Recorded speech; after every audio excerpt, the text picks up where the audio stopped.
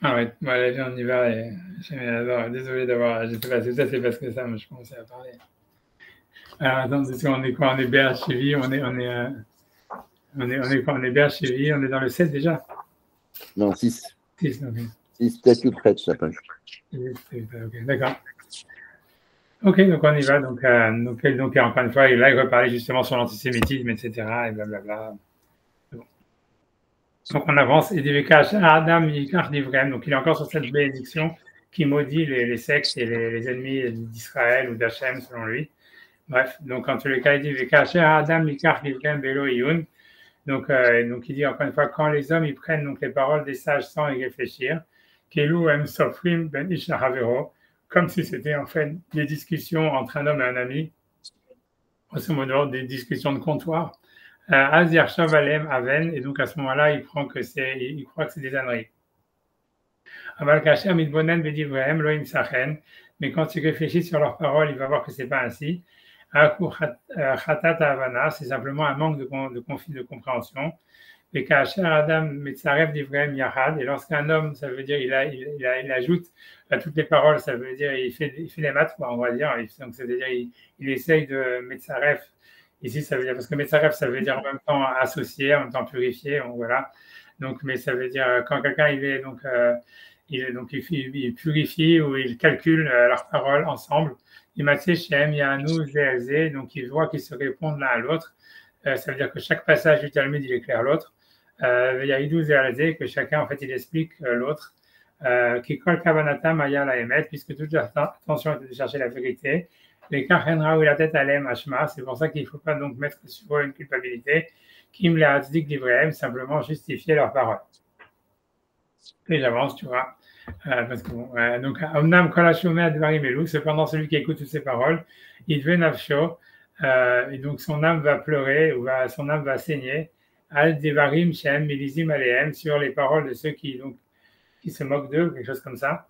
Kilodai Shadvarim Shamu Alehem Elam Nemarim Betsedek, car non seulement les paroles qui ont été dites sur eux n'ont pas été dites avec justice, ou Yosher, avec droiture, clal, du tout, de dire qu'ils ont instauré dans la prière des choses qui n'étaient pas aptes à être instaurées. On a déjà expliqué que leur parole, que leur chose n'est pas, la chose n'est pas comme ils l'ont dit.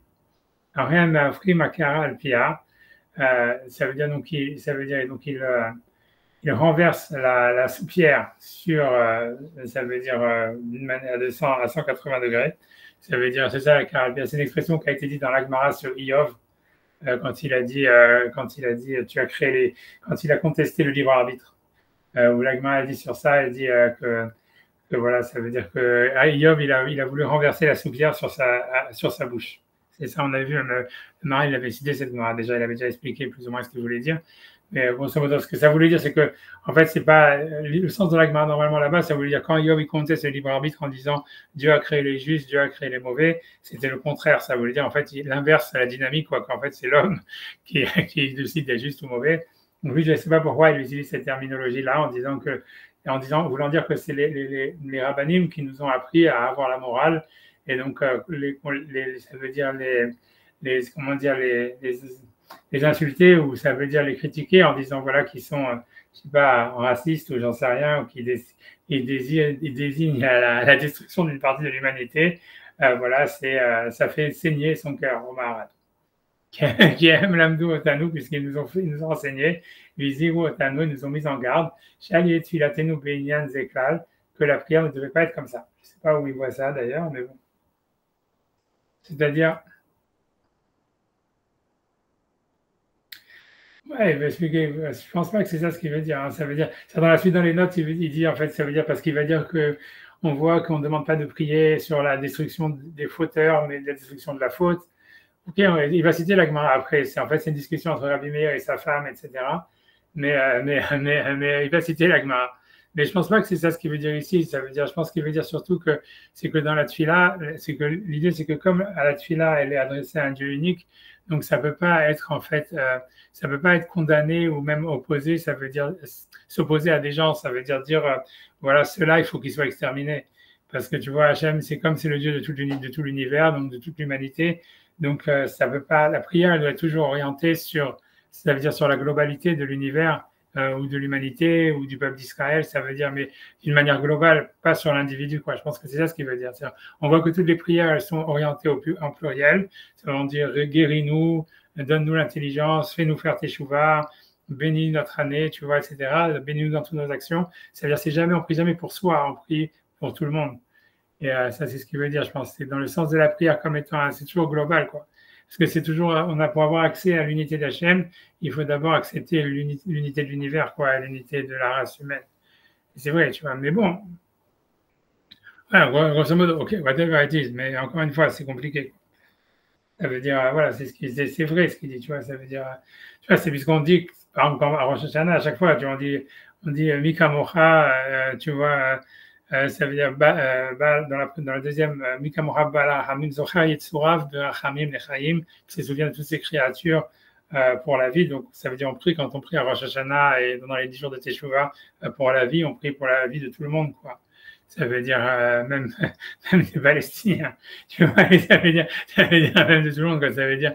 Mais voilà, mais ok, tu vois, mais encore une fois, c'est compliqué, ça veut dire. Mais bon, c'est ça, tu vois ce que je veux dire, ça veut dire pour moi, l'idée, elle est simple, c'est que c'est vrai, c'est pas vrai ce qu'il dit. C'est-à-dire que c'est vrai qu'en fait, tu vois, on fait une prière, on prie pour la globalité de l'univers ou pour le groupe. Tu vois, c'est ça l'idée de faire la tefila Betsibour, de prier la prière en public. Tu vois, qu'il y a aussi une originalité juive, tu vois, de dire qu'en fait, c'est le plus on est nombreux, le plus on est proche d'Hachem dans la prière, alors que normalement, tu pourrais penser, voilà, chez les catholiques et chez toutes les autres religions, c'est dans l'isolement qu'on prie et c'est tu vois, dans le recueillement, du silence, tu vois, ça veut dire de la solitude. Et ça veut dire, et tout ça, c'est parce qu'en fait, encore une fois, il faut accepter l'unité de l'univers pour avoir accéder à l'unité d'Hachem, quoi. Mais, comment dire, tu vois, tout ça c'est vrai, mais n'empêche que, tu vois, ça veut dire, l'idée c'est de dire, en fait, c'est quand on prie, on accepte aussi que nous aussi on fait partie de l'univers. Donc, grosso modo, ça veut dire, c'est si jamais, en fait, quelqu'un, tu vois, je sais pas comment dire, tu vois, c'est si jamais quelqu'un il vient l'assassiner, ou même, tu vois, ok, il peut se défendre, etc. Mais à part ça, c'est sûr aussi qu'il peut prier pour que celui qui vient l'attaquer, comme on le voit d'ailleurs dans le Tanakh, que les Bnei Israël le faisaient tout le temps, que celui qui vient l'attaquer ou qu'eux-mêmes ils veulent attaquer pour une raison X, il soit exterminé, tu vois. Ça veut dire, c'est pour ça l'idée, c'est que c'est pas contradictoire. L'idée, c'est que cette prière, c'est-à-dire c'est vrai, mais c'est pas contradictoire. C'est dans le sens, il faut que ça fasse sens dans la globalité de l'univers, quoi. Tu vois, c'est pour ça que c'est compliqué. Le concept, en fait, dans la Torah, il est compliqué de l'intérêt personnel versus les autres et l'intérêt du général et de la globalité. C'est-à-dire que c'est comme, tu vois, je ne sais pas comment expliquer, c'est comme on dit, ça veut dire qu'il y a une mitzvah, justement, de donner de la tzedaka à tout le monde. Ça veut dire, mais que ta famille, elle passe d'abord, toi, tu passes d'abord, etc. Ceux qui sont proches de toi, ils passent d'abord. Ça veut dire, tu vois, c'est un truc comme ça, c'est la même chose. Ça veut dire, la Torah ne dit pas, ah voilà, comme on fait partie de l'univers dont tout est égal, donc on doit donner autant de tzedaka à quelqu'un qui est en Éthiopie ou à quelqu'un qui habite dans ta ville ou qui est de ta famille. En fait, c'est sûr que non, c'est plus tu es proche, plus c'est proche de toi, plus la responsabilité elle est grande. Et donc on tient compte en fait du fait que tu es subjectif et que ça veut dire que tu as une place quelque part dans l'univers tu n'es pas responsable pour tout le monde, quoi. En tout cas, tu n'as pas le même degré de responsabilité sur tout l'univers. Mais en fait, ça veut dire il faut quand même que ça veut dire, si tu vois, ça veut dire l'idée, c'est dégressif. C'est disons, quelqu'un il a $1 million à donner à la tzedaka. Alors tu vois, il devrait donner, je sais pas, 5. Mais qui est plus proche que moi-même? Oui, non, c'est clair. C'est aussi la mitzvah, c'est de faire du chesed avec soi-même. Tu vois, c'est ce que Rachid dit que la tefila, en général, la tefila principale, elle est par rapport à soi-même. Tu vois, c'est lui à chaque fois il cite le pasuk Gomel Nafsho Ish Chesed. Ça veut dire que Rachid, à chaque fois, c'est son interprétation de dire que, en fait, pourquoi la tefila s'est appelée Gmilut Chasadim, parce que selon la Gemara dit c'est que la tefila c'est Gmilut Chasadim. Rachid explique pourquoi. Il dit parce qu'en fait, quand on fait la prière, en fait, on fait de la Gmilut Chasadim à soi-même. Et c'est un passage qui dit Gomel Nafsho Ish Chesed, l'homme qui fait du bien à son âme, c'est un homme de bonté. Et c'est clair tu vois qu'il y a l'idée de. Et en plus, ça diffuse. Parce que lorsque on fait une exemplarité, en fin de compte, je prends soin de moi et chacun prend soin de soi. Ok, comme tu dis, il y a tout ça. Mais ce que je veux dire par rapport à ça, ce que je veux dire, encore une fois, pour revenir à l'histoire, c'est je suis d'accord, tout ça, ce que vous dites, c'est vrai. Ça commence comme ça, mais ça veut dire l'idée, c'est sûr qu'il y a une centralité, etc. Mais ça veut dire que l'idée, c'est qu'il faut que ça fasse sens dans une vérité plus globale. Ce que je veux expliquer, c'est-à-dire, que, par exemple, si on prend l'exemple de la Zaka, c'est-à-dire que voilà, ta famille, elle passe d'abord, tu passes d'abord, etc. Mais disons qu'il y a du surplus. Tu vois, donc quelqu'un, il a 1 million de dollars à donner. Alors, ça veut dire, OK, tu dois donner, disons que tu coupes en disant, je vais donner 500 000 à ma ville. Et après ça, tu vois, je vais donner le reste, je le distribue entre, tu vois, le reste du pays et le reste après pour les autres pays, tu vois. Mais ça veut dire que tu dois quand même essayer de donner quelque chose pour, tu vois, les types en Éthiopie ou au Rwanda ou j'en sais rien. Ça veut dire, c'est pas que le Rwanda n'existe pas pour toi, mais ça veut dire que c'est dans l'ordre des priorités. Si tu vois, c'est loin, tu vois. Mais donc, il faut quand même le garder dans la globalité, tu vois. C'est ça l'idée. Et donc, c'est la même chose si tu as un ennemi, ça veut dire en fait, au fond, tu es responsable pour ton ennemi, etc. Ça veut dire qu'il fait partie, c'est Hachem qui l'a envoyé, c'est une créature d'Hachem, tout ce que tu veux, etc. Et que bon, c'est sûr que le mieux c'est de faire la tuile pour qu'il y ait la paix et tout ce que tu veux, mais au fond, ça veut dire non seulement ça te permet, si tu veux, ça veut dire tu as une mitzvah même de prier, tu vois, ça veut dire, tu vois, pour gagner la guerre ou pour détruire ton ennemi, etc. Mais en fait, tu vois, cette prière, elle doit être mise en abîme par rapport au fait que, en fait, c'est quand même malheureux, tu vois, et qu'en fait, tu espères que le type, il ait le moins de dommages possible par rapport ça veut dire au dommage qu'il peut te poser à toi, tu vois. C'est un peu comme dans l'idée que pourquoi on fait pas le Hallel pendant les 7 jours de Pessah, parce qu'on dit, voilà, comme Hachem, il a tué les Égyptiens, donc nous, on peut pas faire le Hallel. Ça veut dire que tu vois, c'est-à-dire que c'est clair que les Juifs, ils ont prié pour être libérés et pour être sauvés, etc. Mais c'est pas, voilà, ça veut dire, il faut être conscient qu'on s'associe avec la douleur des Égyptiens, quoi. Tu vois, mais c'est pas de l'hypocrisie, tu vois, c'est simplement parce que l'homme, en fait, il a cette capacité, si tu veux, avoir des degrés et de responsabilité, des degrés de sensibilité, etc. Et donc, en fait, ce qui est important, toute l'idée du left-off, c'est d'avoir le bon degré par rapport à la situation, quoi, de pas, tu vois, c'est d'avoir voilà, un degré adéquat par rapport à la situation, ce qui n'exagère pas ni d'un côté ni de l'autre, tu vois. Et dans la prière, c'est ça ce qu'il dit le Maharal. Ça veut dire, ce qu'il dit le Maharal, c'est vrai, c'est-à-dire qu'en fait, c'est pour ça qu'on ne dit pas nos ennemis, on dit les ennemis d'Hachem, etc. Bien que c'est clair que ce sont, quand tu regardes dans la paracha de la semaine dernière, on parlait des ennemis d'Hachem, c'est clairement ça parle des ennemis d'Israël, tu vois. Ça veut dire ce qu'il joue, c'est sûr que c'est une blague, en grosso modo, tu vois. Mais ça veut dire c'est un petit peu pour se sauver je ne sais pas comment dire, si tu veux, des prêtres catholiques. Mais en réalité, l'idée, c'est qu'au fond, tu vois, c'est qu'on doit quand même s'adresser à Hachem en disant ce sont tes ennemis, parce que dans le sens où s'ils ne sont pas tes ennemis, alors on ne veut pas faire la prière, mais d'une certaine manière, on sait que ce sont tes ennemis parce que ce sont nos ennemis. Parce que voilà, Hachem, il veut que, tu vois, c'est un peu compliqué. C'est un peu exactement comme Yaakov avec Esav, où il a donné des cadeaux, il essaye, mais il se prépare à la guerre, il fait des prières pour gagner la guerre, et en même temps, si tu veux, il a en même temps la peur, si tu veux, de tuer son frère, parce que rien qu'aussi par rapport à ses parents, par rapport à tout ça. Donc, pour lui, les deux solutions, il y a pas, ça veut dire l'idée, c'est que la guerre, même victorieuse, c'est pas une bonne solution, quoi. C'est ça l'idée. Mais ça n'empêche pas qu'on doit chercher la victoire dans la guerre et qu'on peut prier Hachem pour avoir la victoire, tu vois. Parce que la réalité, elle est beaucoup plus complexe que, voilà. La réalité, elle est complexe, tu vois. C'est tout. C'est comme ça, tu vois. C'est whatever it is, tu vois, j'en sais rien, je sais pas quoi donner comme exemple, mais c'est ça l'idée, c'est ça ce qu'il veut dire, a priori, dans son idée de dire qu'on prie toujours pour la globalité de l'univers, pour la globalité du clan Israël, c'est-à-dire on prie toujours pour son minyan, ça veut dire, tu vois, donc la prière, elle est vue toujours d'une manière globale, il faut essayer d'être le moins demandé, c'est vraiment le moins personnel possible pour dire, le moins individuel possible, parce que plus on est dans l'individualité, plus en fait on s'éloigne de l'unité d'Hachem. Et donc, moins on a une chance que notre prière soit acceptée, quoi, grosso modo. Ça veut dire, en pensant à nous d'une manière égoïste, en fait, on s'éloigne d'Hachem, quoi, d'une manière nécessaire, quoi. C'est mathématique, quoi, si on veut.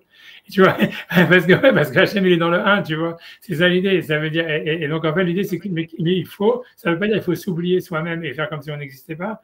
Tu vois, l'idée, c'est se replacer, tu vois, dans la globalité de l'univers quand on fait la tefila, quoi. Ça veut dire, c'est d'où le sens que quand on fait la prière, on fait toutes ces brachot qui parlent, tu vois, ça veut dire avant de faire la prière, on fait des psaumes qui louent Hachem sur sa grandeur dans l'univers.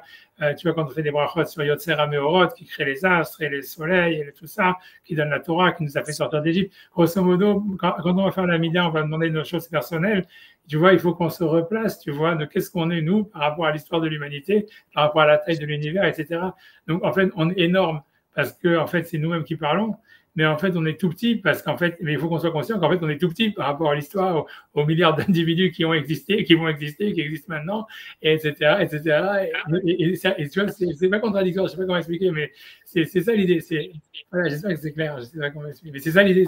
C'est pour ça en fait qu'on ne dit pas qu'on veut exterminer les ennemis, nos ennemis, on veut exterminer les ennemis d'Hachem parce que ça ferait pas sens, comme il dit, que dans la tefila, on ait un truc négatif, absolument négatif, sur quelqu'un d'autre, tu vois, parce que ça ne peut pas être.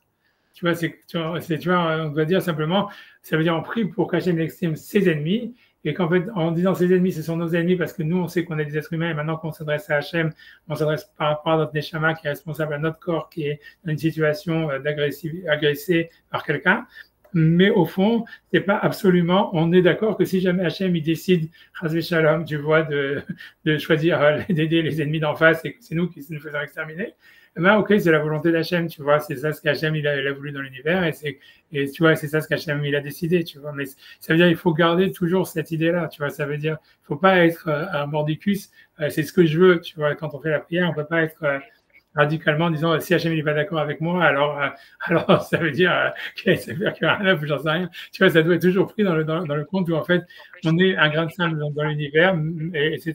Et que, voilà, mais qu'à travers ça, si tu veux, on est si tu veux, ça veut dire on fait la prière à travers ça. C'est compliqué, c'est très compliqué. Ça veut dire, je vais simplement pour terminer par rapport à ça, c'est que tu vas revenir à chaque fois sur l'histoire de Caïn et Hevel.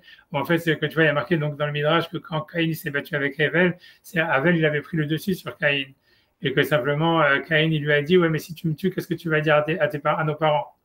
Et Hevel donc il a dit ah ok c'est vrai je peux pas te tuer donc Caïn il est venu il l'a tué. Et on dit, tu vois, ça veut dire que dans les Mekoubalim, ils demandent dans le Zohar beaucoup qui expliquent comme ça, qui disent que c'était quoi la faute de Hevel, pourquoi est-ce qu'il est mort, puisque il avait amené un korban et c'est le tzaddik, tu vois. Et ils disent oui, la faute c'est qu'il a laissé Caïn le tuer. Et tu vois, et c'est pour ça que tu vois que les Mekoubalim, ils disent beaucoup que tu vois qu'en fait, si tu veux, Moshe Rabbeinu, c'est un tikkun de Hevel, parce qu'on voit plein de points communs, que tu vois qui dit il est Anav Mikol Adam, ça veut dire qu'il sait se marcher dessus et tout ça, etc. Et que si tu regardes en fait toute la vie de Moshe, ça se termine quand il va faire la guerre contre Og Melech HaBashan et contre les rois, les géants, etc. Où en fait c'est une ascension en fait où petit à petit, il se donne, ça veut dire justifie son droit à exister quoi, contre les autres. Et tu vois, c'est contre le peuple d'Israël qui le lapide, contre tout ça. Ça veut dire petit à petit, tu vois, il s'assume, tu vois, c'est-à-dire le fait, en fait, qu'il engueule les Juifs à la fin de sa vie. En fait, par les Mekoubalim, c'est pas vu comme quelque chose de négatif. Ah, il est colérique et tout ça. Non, c'est finalement, il commence à dire ce qu'il pense, tu vois. Et ça veut dire et c'est ça son tikkun, ça veut dire. Et l'idée qu'il va pas en Israël, ça veut dire voilà, il n'a pas besoin d'aller en Israël parce qu'il a fait son tikkun, tu vois. Ça veut dire, tu vois, ça veut dire, il a appris à s'assumer, si tu veux. Et c'était ça son but, tu vois. Il y en a qui expliquent comme ça toute l'histoire, tu vois, de Moshe. Mais ça veut dire, voilà, c'est compliqué, c'est ce que je veux dire que par là, c'est que c'est compliqué cette histoire de dire, voilà, qu'en même temps, tu vois, on sait qu'on est un grain de sable dans l'univers, qu'il faut penser au bien global, etc. Et le fait qu'en fait, ça veut dire les conflits, ils existent d'une manière intrinsèque dans l'univers, dans les choses, etc. Et que donc, il faut accepter, en fait, de défendre sa propre vie par rapport à celui de l'autre, quoi. Moi, j'arrête de saouler tout le monde, et j'avance, tu vois, mais voilà, mais ce que je veux dire, moi, je pense que, tu vois, par exemple, bon, on avance, tu vois, on avance, parce que là, on va voir l'histoire de Rabbi Meir avec sa femme. Voilà, mais moi, je pense que c'est pas par accident qu'on nous raconte cette histoire de Rabbi Meir avec sa femme, parce que je pense qu'en fait, cette histoire-là, on sent qu'en fait, il y a une nécessité à défendre ses intérêts versus ses intérêts de l'autre, sans pour autant vouloir la destruction de l'autre. Je pense qu'on le retrouve vraiment dans les relations de couple, tu vois, où c'est une relation, en fait, c'est si tu défends pas tes intérêts, tu vas te faire écraser complètement.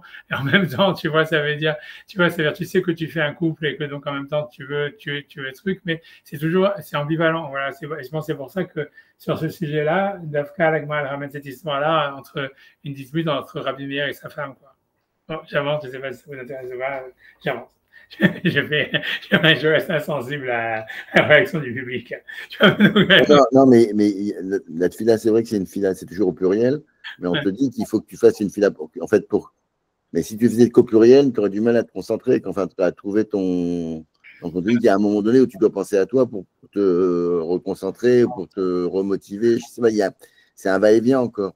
Comme Moshe, tu dis, Moshe, il avait, a priori, c'est un homme universel, n'empêche que tu vois, il avait un petit peu son agenda, son truc donc, et je pense on doit, enfin, c'est toujours le mouvement de va-et-vient. C'est sûr que la tefila, elle est universelle, mais si tu ne te mets pas au milieu de cette universelle, comme tu l'as dit, comme cette histoire de je fais la tzedaka autour de moi en rond concentrique, donc tu es au milieu, et pourtant c'est quelque chose qui a un but universel. Je pense que c'est pareil, là il faut te remettre au milieu en tant qu'unique et différent, mais avec un but universel. Mais c'est toujours le chemin entre les deux, quoi. C'est toujours le monde, quoi.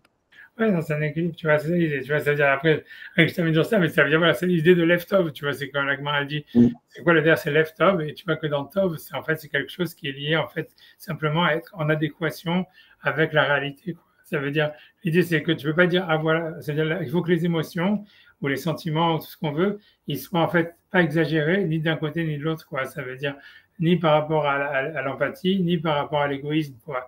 L'idée de Tov, c'est un équilibre en fait. C'est quelque chose que ça soit adéquat à la truc, tu vois. C'est pour ça que c'est pas marqué voilà, c'est le contraire du émet, quoi. Le Tov, c'est quelque chose qui est relatif. C'est pour ça que sur le lef, on dit lef Tov, ça veut dire c'est relatif, c'est pas quelque chose d'absolu, quoi. Bon, j'avance. Donc j'y vais et j'avance avec Rabbi Meir et sa femme.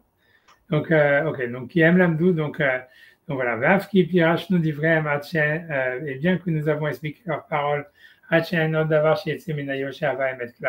d'une manière où il n'y a rien qui sort de la droiture ou de la vérité du tout, Kasherat Fila i à la kofrim, beloke emet, puisqu'on dit que la prière elle est orientée contre ceux qui renient le Dieu de la vérité, ou Yokudo Ibarach et son unité, qu'elle soit bénie. Et sur ceux qui veulent prendre le pouvoir et annuler la religion de Dieu, jusqu'à ce que chacun pense qu'en fait c'est quelque chose de vrai, mais c'est établi et vrai, comme quoi il est apte de faire la prière sur ça, etc.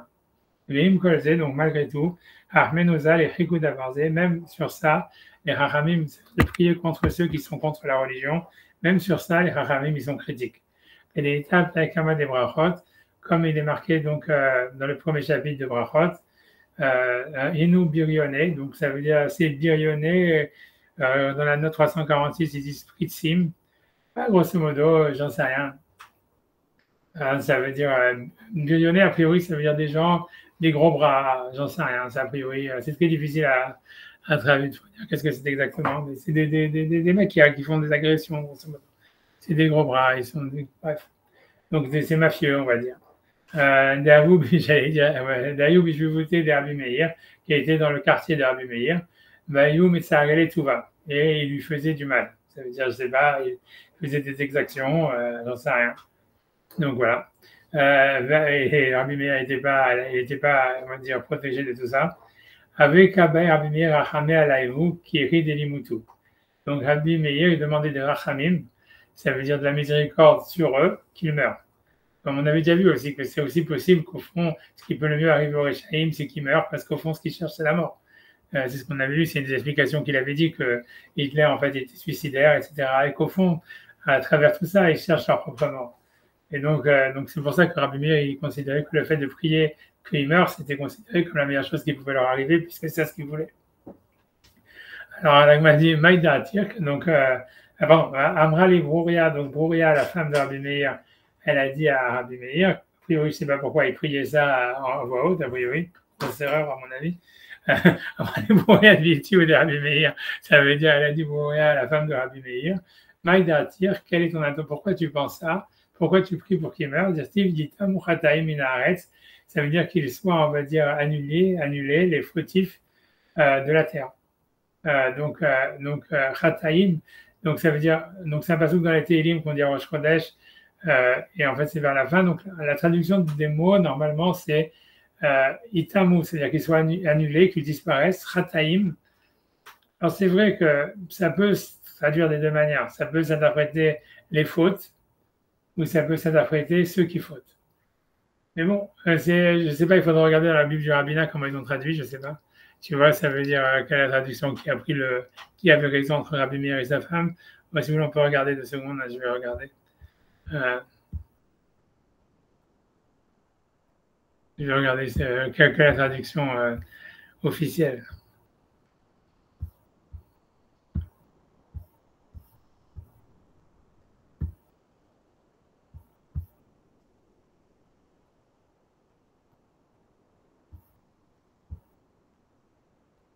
Je vais faire le.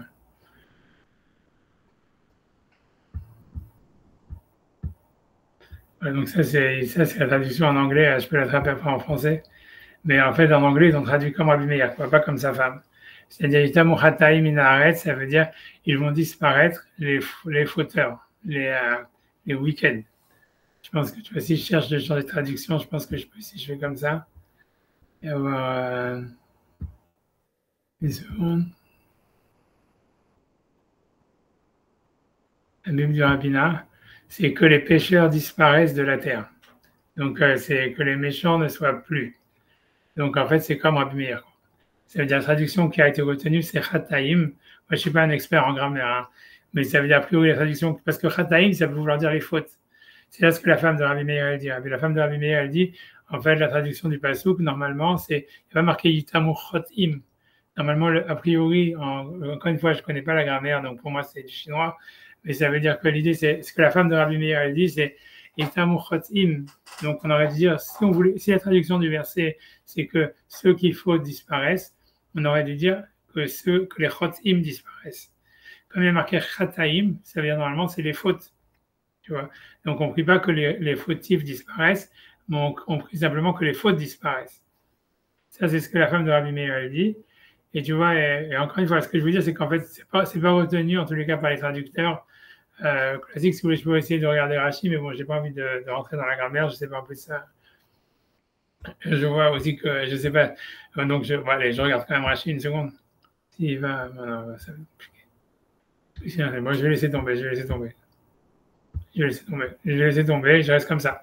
En tous les cas, bon, je peux enlever le pasouk si vous voulez. Donc, en tous les cas, 2 secondes, je reviens sur le pasouk. Donc, j'enlève le pasouk. Donc, en tous les cas, donc c'est ça l'histoire. Donc, c'est sur ça qu'ils discutent. Donc, elle dit, la femme de Rabbi Meir, elle dit, Maïda Atir, quelle est ton intention? Que disparaissent, donc si on suit la traduction du rabbinat, les fautifs de la terre.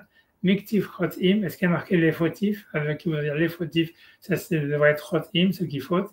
Chataim ktiv, chataim, a priori c'est les fautes. Donc ça veut dire en fait qu'il faut pas prier pour la destruction des mauvais, mais il faut faire prier que leurs actions s'arrêtent.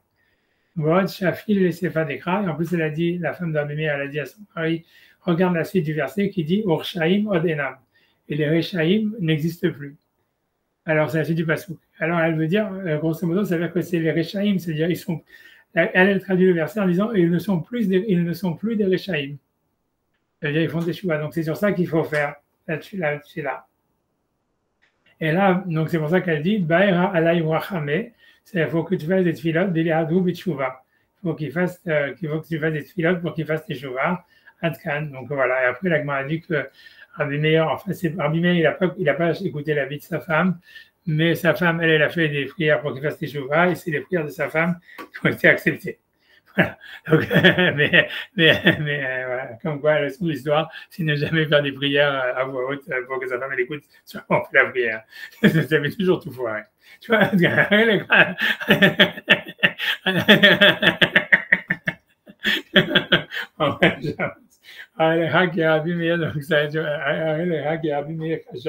donc c'était pour ça. Donc tu apprends que Rabbi Meir, il a pensé délivrer à Hamim qu'il fallait faire des prières chez Yamut Rechaim pour que les Rechaim disparaissent. Bamralo Ishto, que sa femme elle lui a dit, Shen Raoul et Balalazé, que c'est pas apte de faire la prière sur ça. Afshi Racha, même si c'est un Racha, un Palel à l'Afshi Yamut, il n'y a pas lieu de faire la prière pour qu'il meure. Mahar Shevchar Yashuv Mechatao, du fait qu'il y a une possibilité qu'il fasse teshuva de sa faute. Et Mkanlama Itpalel Alav chez Yenevad. Donc pourquoi est-ce qu'on ferait la prière pour qu'il disparaisse?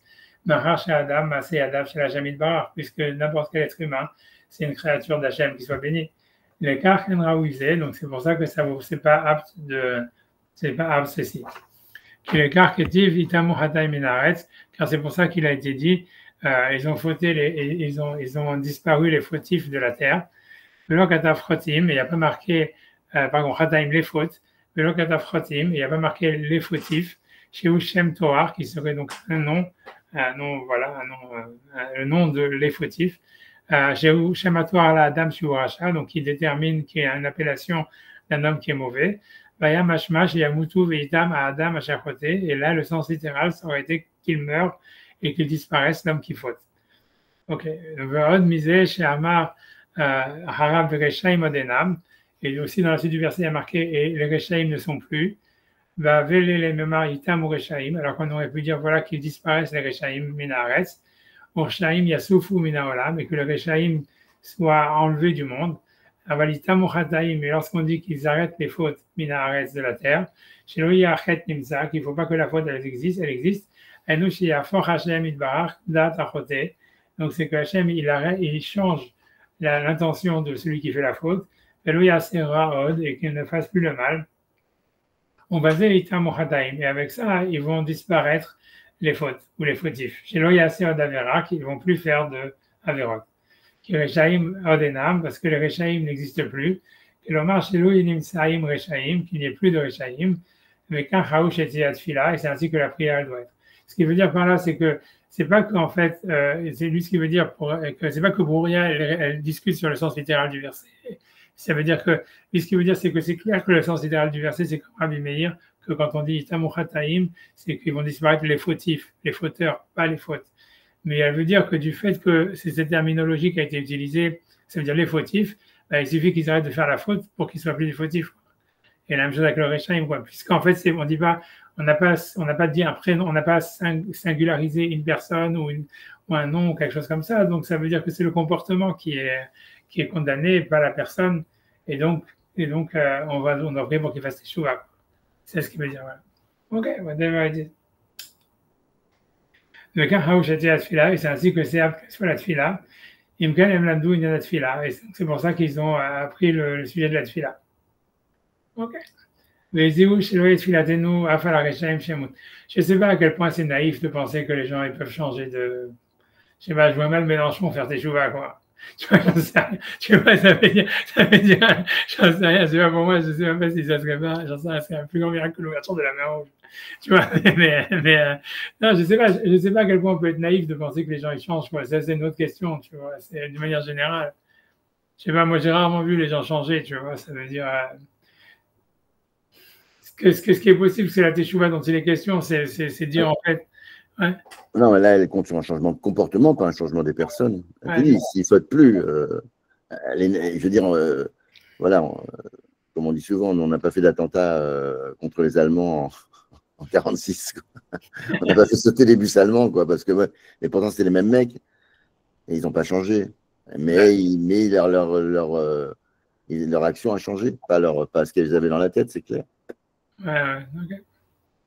Je comprends ce que tu veux dire. Ça veut dire que pour une raison ou pour une autre, ils n'aient plus les mêmes intérêts, quoi. Et donc, en fait, que ça soit plus.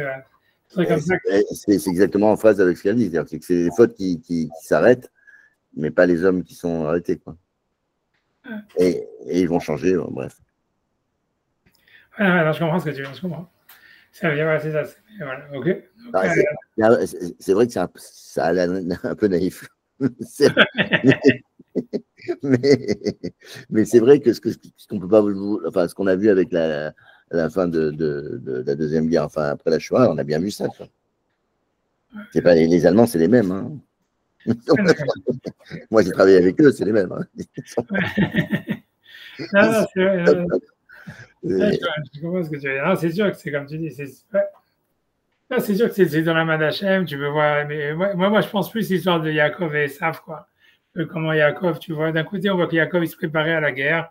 Tu vois, dans cette fille-là, c'est pas clair qu'est-ce qu'il demande. C'est sûr qu'il ne demande pas l'anéantissement d'Esav, mais il demande simplement la protection, quoi. Il demande qui a réa no chioto, penyavo veikani et malbani, mais il ne demande pas non plus qu'il fasse teshuva, quoi. Et j'en sais rien, tu vois, c'est un truc vraiment. J'en sais rien. Je pense. Moi, c'est dans la Avinu Malkeinu que j'ai un problème, parce que dans la Avinu Malkeinu, on demande qu'il est. Non, c'est sûr qu'il y a plein de prières. C'est sûr que ce que le Maral fait, c'est du. Ouais, parce que dans la Avinu Malkeinu, je pense qu'on est plus radical sur les ennemis, quoi. Plus radicaux, quoi. Ouais, avec Kol, ouais, bien sûr, bien sûr. Non, c'est clair, parce que tu vois, quand on est dans les prières personnelles, tu vois, c'est évident, tu vois, je veux dire, de toute façon, la Torah, elle est bourrée de tfilotes pour, tu vois, ça veut dire quand tu regardes les parachiotes qui sont passés, je pense, même la semaine dernière, il y a beaucoup, tu vois, on parle Oui, oui, bah oui.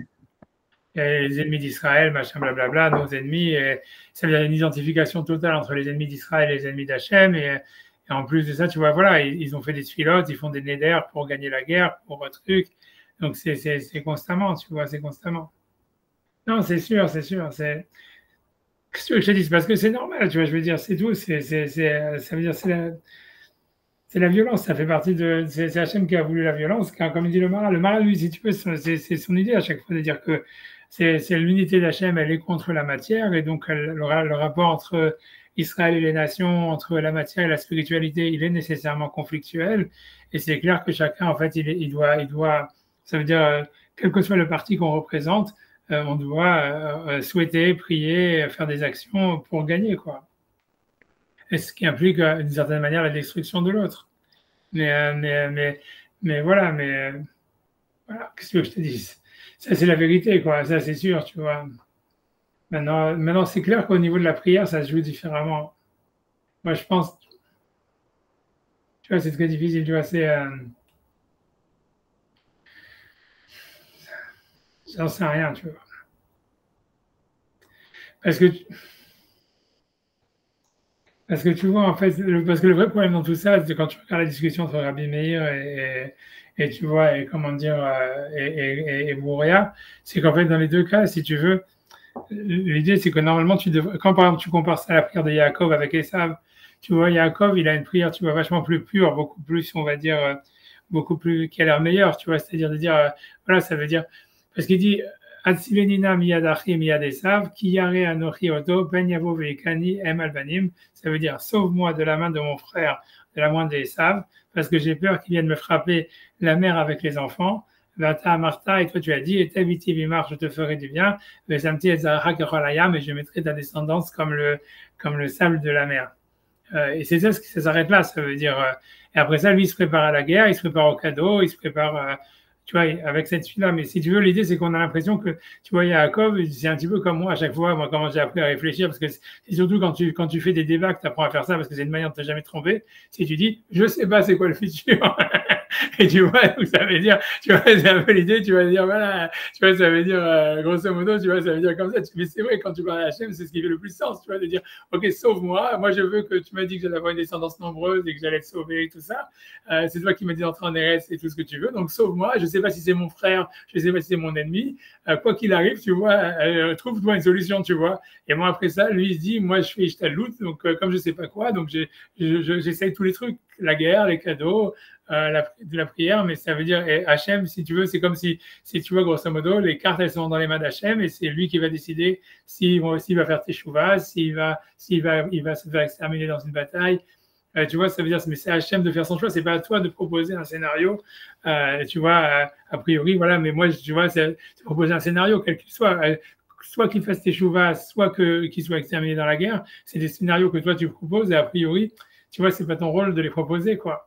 Ça veut dire, tu vois, la prière, quand tu compares la prière de Yaakov avec celle de Brouya et de Rabbi Meir, tu vois, la prière de Yaakov, elle a l'air plus, on va dire, elle fait plus sens parce que, tu vois, c'est Hachem, tu vois, dans la prière, c'est pas toi de proposer des scénarios. Tu peux dire, j'ai un problème, Hachem, aide-moi, tu vois, etc., ou tu as promis des trucs, etc. Après ça, comment? OK, moi je dois faire Ishtalut, j'essaye comme ça parce que j'en sais rien. Et après ça, tu vois, ça même il propose la fuite aussi, tu vois. Ça veut dire, il essaye tout, il sait pas s'il va gagner, donc il dit prépare en deux camps, tu vois, il sait pas. Mais donc il est prêt à tout, mais c'est Hachem en fait qui a les mains entre les gardes. Et il dit pas oui, mais moi je voudrais en fait que, tu vois, ça veut dire, ça veut dire, et si en fait il pouvait rater le train et ne pas venir ou j'en sais rien, tu vois, ça veut dire proposer un truc, tu vois, ça veut dire, tu vois, il n'est pas à proposer un scénario. Et alors que Rabbi Meir lui propose un scénario en disant ouais, qu'il soit exterminé, et Brouya dit non, qu'il fasse teshuva, mais dans les deux, tu vois, ça paraît bizarre tu vois, laisse Hachem faire son choix, tu vois, c'est tout, tu vois, c'est ça ce que je veux dire.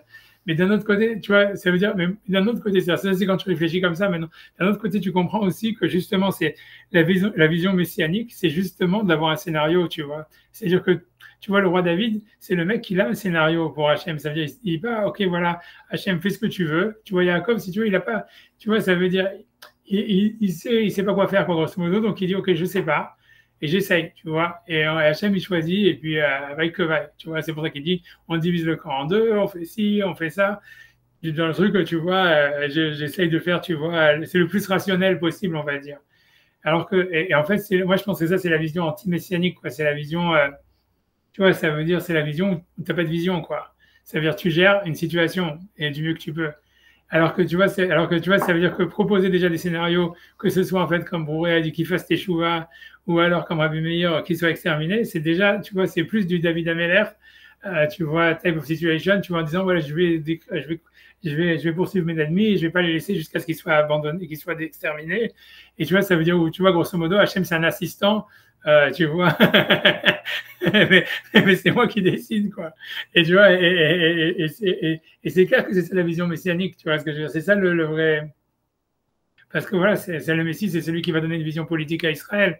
Et jusqu'à maintenant, tu vois, c'est vers Yaakov, si tu veux, je pense que c'est le Israël pré-messianique, tu vois, c'est Israël qui est dans l'exil, ou même ici, quand il retourne en Israël, qui revient de l'exil, mais dans un terrain où, en fait, même, ça veut dire, il va s'installer, peut-être, tu vois, etc. Mais ça veut dire, il est dans une situation en fait, de seuil qui est, on va dire, pré-messianique, où il y a une sorte de, tu vois, c'est ça ce que je veux dire, ça veut dire, voilà, j'en sais, tu vois, je veux dire, voilà, je pense qu'on a l'impression, il n'y a pas de vision politique, quoi. Si tu veux, Yaakov, c'est la vision, en fait, on va gérer des situations, tu vois, et c'est le contraire. Même si, en fait, tu vois, il fait très bien, tu vois, si tu veux, c'est le top gestionnaire, quoi, si tu veux, c'est le polytechnicien qui a réussi, tu vois, tu vois, c'est le mec que tu lui donnes une boîte, il va exactement gérer exactement ce qu'il faut faire par rapport aux situations où il va être confronté. Mais en fait, c'est pas qu'il a une vision de qu'est-ce qu'il doit faire avec la boîte, tu vois. Ça veut dire tu vois, c'est pas le créateur d'entreprise, quoi. C'est pas l'entrepreneur. Ah, c'est des visions tactiques, mais pas stratégiques, quoi. Yaakov, c'est un tacticien et Moshe et David, c'est des stratégistes. Surtout David plus que Moshe, tu sais pas. Moshe, tu vois, l'impression qu'il est en dilemme, tu vois.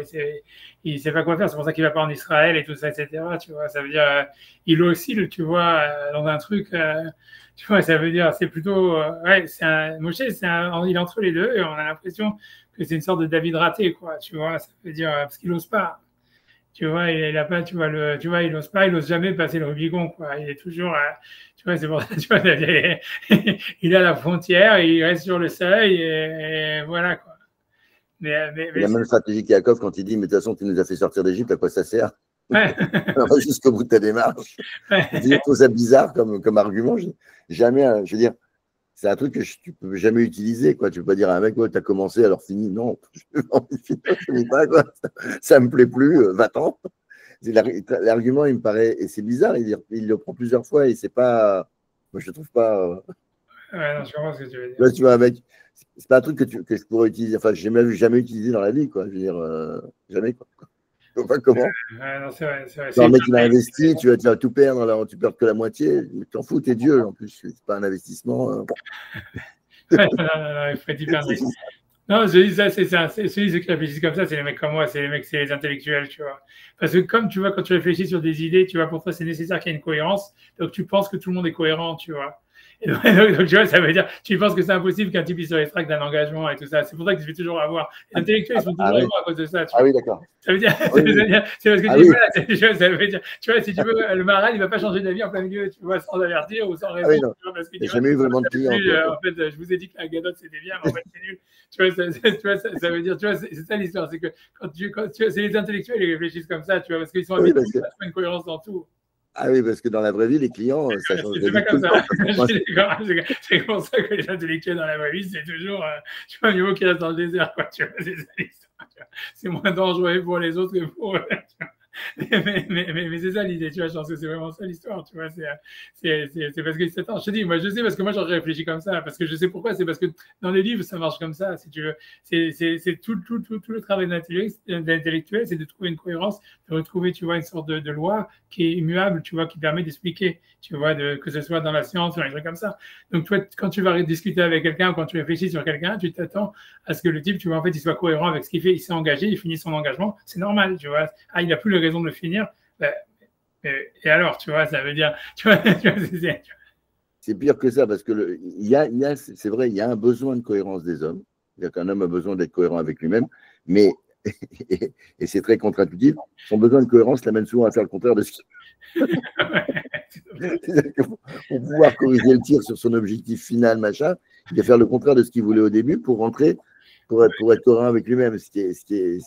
Donc, par définition, le besoin de cohérence tend à l'incohérence. Mais bon. Ok, c'est peut-être, tu vois, mais bon, mais je passe HM, quoi. J'imagine, moi je comprends bien en tout cas Moshe ce qu'il dit, quoi. C'est Moshe, c'est dans le sens, voilà, pour lui, c'est un truc écrit dans le bouquin, tu vois, ça veut dire, tu as dit ça, tu fais ça, tu vois, comme tu dis, c'est sûr que c'est une manière, c'est vrai qu'Hachem, il ne fonctionne pas du tout comme ça, et au fond, tu vois, ça va bien avec les 10 tribus et tout ça, ça veut dire Hachem, il peut facilement changer d'avis, ça veut dire, voilà, comme tu dis, il a ses intérêts, s'il n'a plus d'intérêt, il ne fait pas quoi, comme un esprit a priori.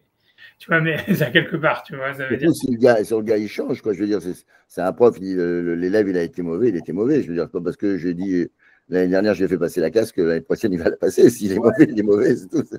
Mais j'ai du mal. Non, mais ça veut dire, tu vois, ça va te poser une question, dire pourquoi cet élève, il était très bon jusqu'à maintenant, pourquoi maintenant il est nul. Tu vois, pour toi, c'est une grosse question. Donc, le scientifique ou le type, il va se poser la question, tu vois, il va dire pourquoi. Alors, tu vois, c'est pas parce qu'en fait, avant, il n'était pas intéressé, maintenant, il est intéressé, donc c'est la vraie réponse, tu vois. Mais ça veut dire l'intellectuel, il ne va pas penser ça comme ça, tu vois. Bon, peu importe, mais ça, c'est un point de détail sur l'histoire, mais tu vois, ça veut dire l'idée, ce qui est sûr, c'est que tu vois que Yaakov, en fait, si tu veux, il n'a pas de vision. Et en fait, ça paraît plus, on va dire, rationnel d'être comme Yaakov dans la religion, c'est-à-dire de ne pas avoir une vision politique, ça veut dire de proposer un scénario, quel qu'il soit, alors que tu vois, déjà avec Rabbi Meir et Brouria, et les deux, ils ont un scénario, que l'un, il pense qu'il est meilleur que l'autre, tu vois, bon, peu importe.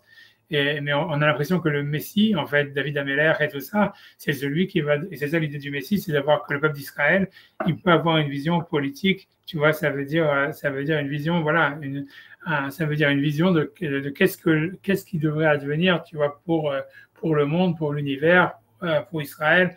Pas simplement, on est là pour subir les mitzvot d'Hachem et gérer des situations conflictuelles avec les goyim ou avec la matière, tu vois, ça veut dire, tu vois, ça correspondrait à savoir, tu vois, de dire, ça veut dire, le type comme Yaakov, au niveau de la vie personnelle, ça serait, voilà, je gère le conflit qui est entre Man et Shama, entre la spiritualité et la matérialité, entre, tu vois, les épreuves qui me sont envoyées, et donc, d'une manière rationnelle, tu vois, je sais pas quelle direction ça va aller, c'est Hachem qui décide, mais moi, je me prépare à toutes les éventualités et j'essaie de gérer ça le mieux possible.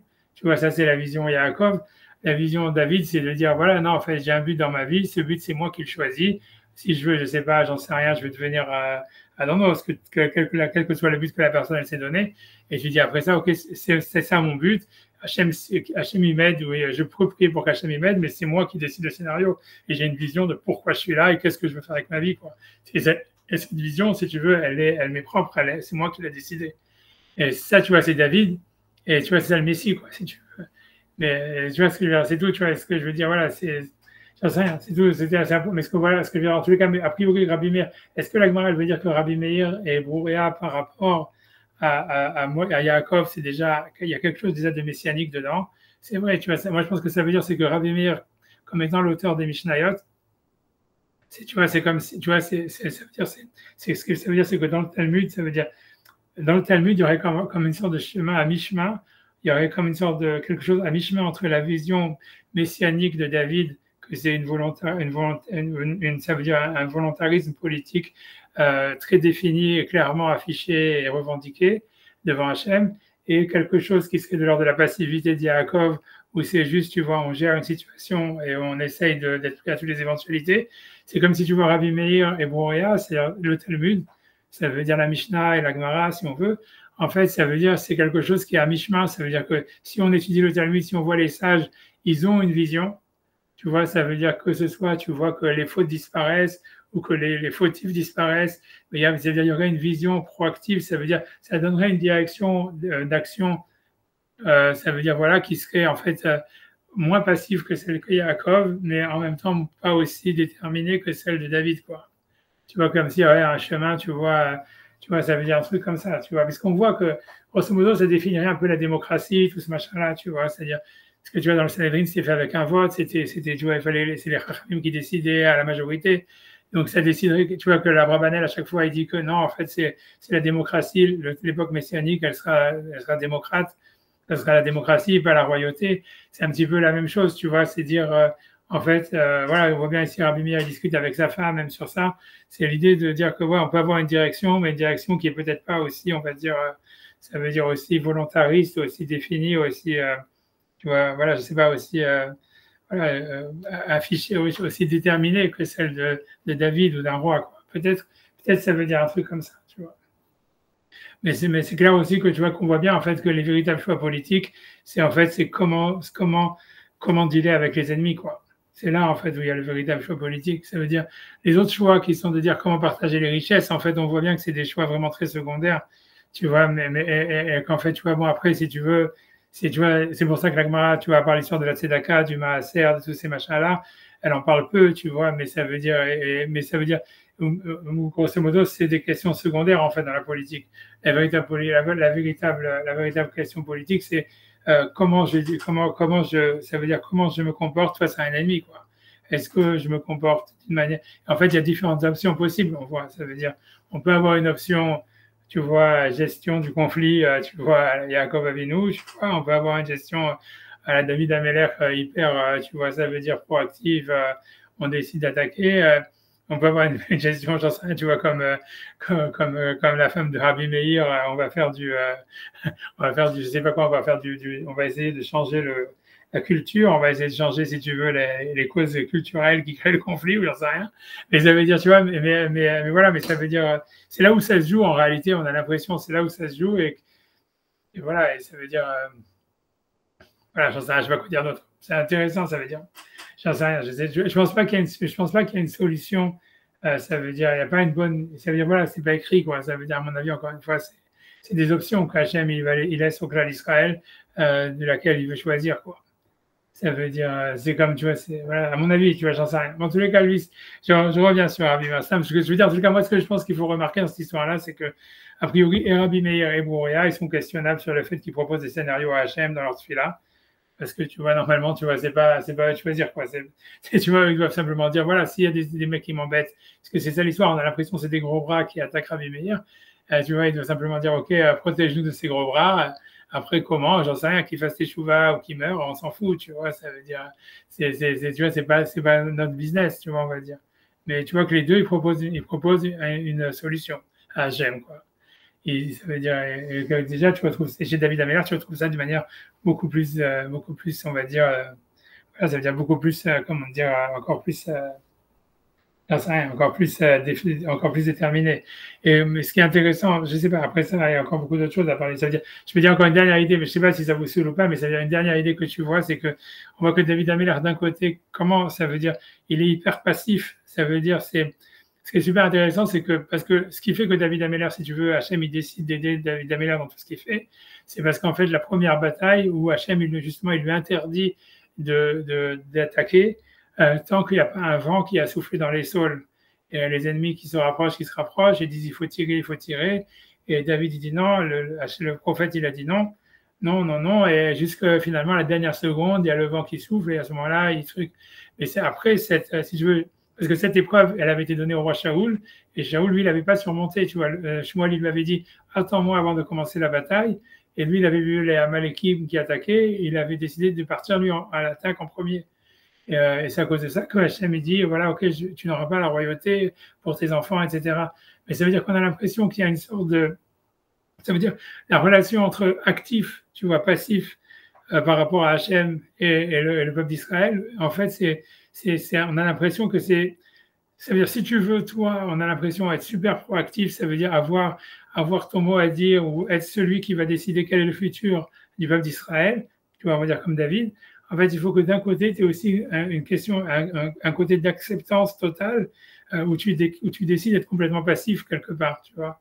C'est très étonnant, tu vois. Ça veut dire, c'est pas étonnant, on a l'impression que c'est toujours un équilibre à trouver, tu vois. Ça veut dire, c'est plus tu décides d'être passif quelque part, plus plus tu peux être actif quelque part d'autre. Tu vois, c'est un truc comme ça, tu vois, c'est une sorte de. Ouais. Bref, ça se joue comme ça. Tu vois, comme je te dis, ça veut dire, moi j'ai vu ça même tu vois, bref, tu vois, mais j'ai pas envie d'avancer sur cette histoire-là, parce qu'il y en a qui disent ça l'histoire du Shabbat, quoi. Ça veut dire, c'est parce que tu décides d'être passif, de ne pas travailler pendant un jour, qu'après ça, tu peux avoir plus d'impact sur l'histoire quand tu vas être actif dans les 6 jours de la création. Parce qu'en fait, tu vois, c'est un truc de, tu vois, il y a comme une sorte de marché à faire avec Hachem, tu vois, ça veut dire, qu'est-ce que toi, en quoi tu acceptes, tu vois, tu acceptes et dans l'acceptance, et à quel point, tu vois, après ça, tu peux devenir justement avoir un impact sur ce qui n'est pas écrit, quoi, un truc comme ça. C'est, j'en sais rien, tu vois, c'est aussi quelque chose à regarder, tu vois, parce que ça veut dire cette vision volontariste historique, cette vision politique volontariste que David il a sur le peuple d'Israël, elle est liée à un côté, à une sorte de passivité qu'il a sur d'autres points. Comme par exemple, tu vois, quand on a l'occasion de tuer Shaoul, il le fait pas parce qu'il dit voilà, c'est Hachem qui va le tuer. Quand il dit, tu vois, quand il est aussi avec Naval, quand il veut prendre la femme de Naval, Abigail, donc lui, il veut la prendre et tout ça, et elle lui dit non, attends qu'il meure, et il meurt la semaine d'après. Mais ça veut dire, tu vois, l'idée, c'est, tu vois, c'est qu'il fallait qu'il attende. Tu vois, il y a l'idée de passivité, d'attendre, de pas prendre lui la royauté. Donc tu vois, c'est quelque chose comme ça. On a l'impression que c'est, paradoxalement, c'est grâce à ça qu'il a la possibilité d'avoir un super gros impact sur l'histoire. Tu vois, mais maintenant, tu vois, c'est difficile à comprendre, tu vois, c'est vraiment, c'est difficile, tu vois, c'est pas, c'est-à-dire, c'est difficile à comprendre c'est quoi l'équilibre là-dedans. Mais on a l'impression qu'il y a une sorte de marché, quoi. On fait un marché avec Hachem, quoi. Si toi tu décides d'agir, alors si tu veux, Hachem, tu vois, sur certains points, comme Shaoul qui décide d'attaquer la bataille alors que le prophète il avait dit de ne pas le faire et qu'il fallait attendre, donc Hachem il lui retire sa possibilité d'être roi pour les générations à venir. Et si par contre tu acceptes de ne pas attaquer, d'être soumis à la volonté d'Hachem et d'avoir une certaine passivité, alors paradoxalement, Hachem il te donne plus tu vois, de pouvoir pour avoir un impact sur l'histoire. Mais tu vois, c'est ce qu'on retrouve même avec le peuple d'Israël, quoi, avec les mitzvot et les contraintes qu'ils ont. Tu vois, on accepte les mitzvot et en échange, on a un rôle historique que les nations ils n'ont pas, quoi. Ouais, c'est un marché, c'est une sorte de marché qu'on fait avec Hachem. Tu vois, c'est une sorte d'équilibre qu'on trouve là-dedans et tu vois, voilà, c'est un peu étonnant, quoi. J'en sais rien, j'en sais rien, tu vois, c'est étonnant. Mais c'est comme ça que ça marche. C'est ça ce qu'on voit, c'est comme ça que ça marche. Ça veut dire, tu vois, j'ai pas envie d'avancer sur ça, mais bon, j'avance, tu vois, j'avance sur le texte. Moi, je finis le chapitre, après peut-être je peux aller plus sur ça. Bon, bref, en tout cas, on va voir ce qu'il va dire le Maharal sur ça.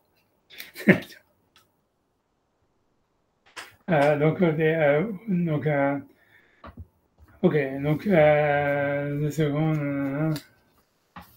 J'ai tourné la page. Ok. Donc, je pense que tu vois, on est dans la 3e ligne de la page 421. Je crois que c'est là où est-ce qu'on est. Ouais. Donc, Imken, et donc je fais 3e ligne de la page 421, première colonne. Imken Emlamdou Inyan Tfila, donc c'est pour ça qu'ils nous ont enseigné le sujet de la Tfila. Veziru Shelo Iyu Tefilotenu, donc ils nous ont mis en garde que nos prières ne devaient pas être Afal Reshaim Shiyamutu, même sur les Reshaim qui meurent, Rak Shelo Iyu Nimsaim Hataim, mais que simplement il n'y ait plus de faute. Kriyashuvu El Hashem Ilbarach, parce qu'ils vont faire Teshuva vers Hashem. Veimken Erkefshar Lomar Shem Avru Al Divrei Azahat Asmam. Donc, comment est-ce qu'on pourrait dire qu'en instaurant cette bénédiction dans la prière, ils auraient été contre leur propre avis, puisqu'ils semblent donner raison à Brouria, qui a dit de faire la tefila qui fasse teshuva et pas qu'il meure. Car ou le meshumadim al tikva. C'est pour ceux qui sont exterminés, ça veut dire ceux qui sont, donc c'est pas les meshumadim, ça veut dire a priori, ça veut dire ceux qui sont convertis, ou je sais pas, qu'il n'y ait pas d'espoir. Chez eux, tikva lahem, chez yuod meshumadim, bimsiut. C'est-à-dire qu'il n'y ait pas d'espoir sur ceux qui sont les convertis. Ça veut dire qu'ils n'existent plus dans le sens où ils fassent teshuva et qu'ils se reconvertissent au judaïsme. J'ai eu autre meshumadim bimsiut qui ne soient plus des meshumadim. Ça veut dire qu'ils fassent teshuva et qu'ils reviennent à ce qu'ils étaient avant. Mais simplement qu'ils disparaissent du monde. C'est dans le sens, j'imagine, où ça veut dire qu'ils changent leur comportement, c'est ce que vous voulez dire. C'est que ce comportement n'existe plus dans le monde. Simplement qu'ils changent de leurs actions. Donc, encore une fois, quand on dit que les sectes disparaissent, c'est qu'il n'y ait plus donc de groupes sectaires dans le monde. Et donc à ce moment-là, il n'y a plus de sectes dans le monde, du monde. Et si on avait fait la prière que tous les minimes meurent en un instant, Ayamashma qui mitpalel al-mapalatan, ça aurait voulu dire qu'on veut qu'ils meurent ou qu'ils disparaissent. Avalo, Amarak, mais simplement on a dit Kol minime ki rega yovedu. Ça veut dire que toutes les sectes, en un instant, qu'ils disparaissent, qu'ils soient perdus. Et nous, c'est qu'il n'y ait plus l'instinct, en fait, de faire cet instinct de sectaire dans le monde. Et que tous les ennemis de ton peuple qui soient annihilés. Ça veut dire la même chose, qu'ils soient enlevés, les ennemis de ton peuple, mais c'est pas vraiment qu'on veut, ça veut dire qu'on veut les détruire, on veut simplement qu'ils soient plus nos ennemis. Mais c'est Pirushikar et tout, ça veut dire, c'est ce que ça veut dire retrancher. Chez Loye Nimsao Davim la Amecha, c'est qu'on ne trouve plus d'ennemis à ton peuple. De l'autre, c'est Malchut Zadon Baolam, mais qu'il n'y ait plus de royauté méchante dans le monde. Aval Al-Mapaladan Shel Malchut, et même sur la chute donc, de la royauté, Afman Malchut Zadon, même sur la royauté qui est opposée à Dieu, En Tfila Klal. Ça veut dire, on ne fait pas de Chaz Shalom de prière contre la royauté, même mauvaise. Le Gahama ou Malchut Zadon, ça veut dire Tachnia Bimera Biyamenu, ça veut dire que Tachniem, c'est que tu les subjugues de notre vivant. Qui a Malchut Sheyosa Bezadon, parce qu'un royaume qui est d'une manière, qui fait d'une manière volontaire contre Dieu, ce qui s'oppose à Dieu d'une manière volontaire, donc c'est les Vatel Gzerot ou Mitzvot Hashem Idbarach, et qui va annuler les décrets et les Mitzvot d'Hashem qui sont bénis, Moshe Idbarach, comme nous avons expliqué. Otat c'est Aker. Ça veut dire que cette royauté et ce gouvernement disparaissent. Chez l'Otiyot Baolam Malchut Zadon, qu'il n'y ait plus de royauté opposée à la loi divine.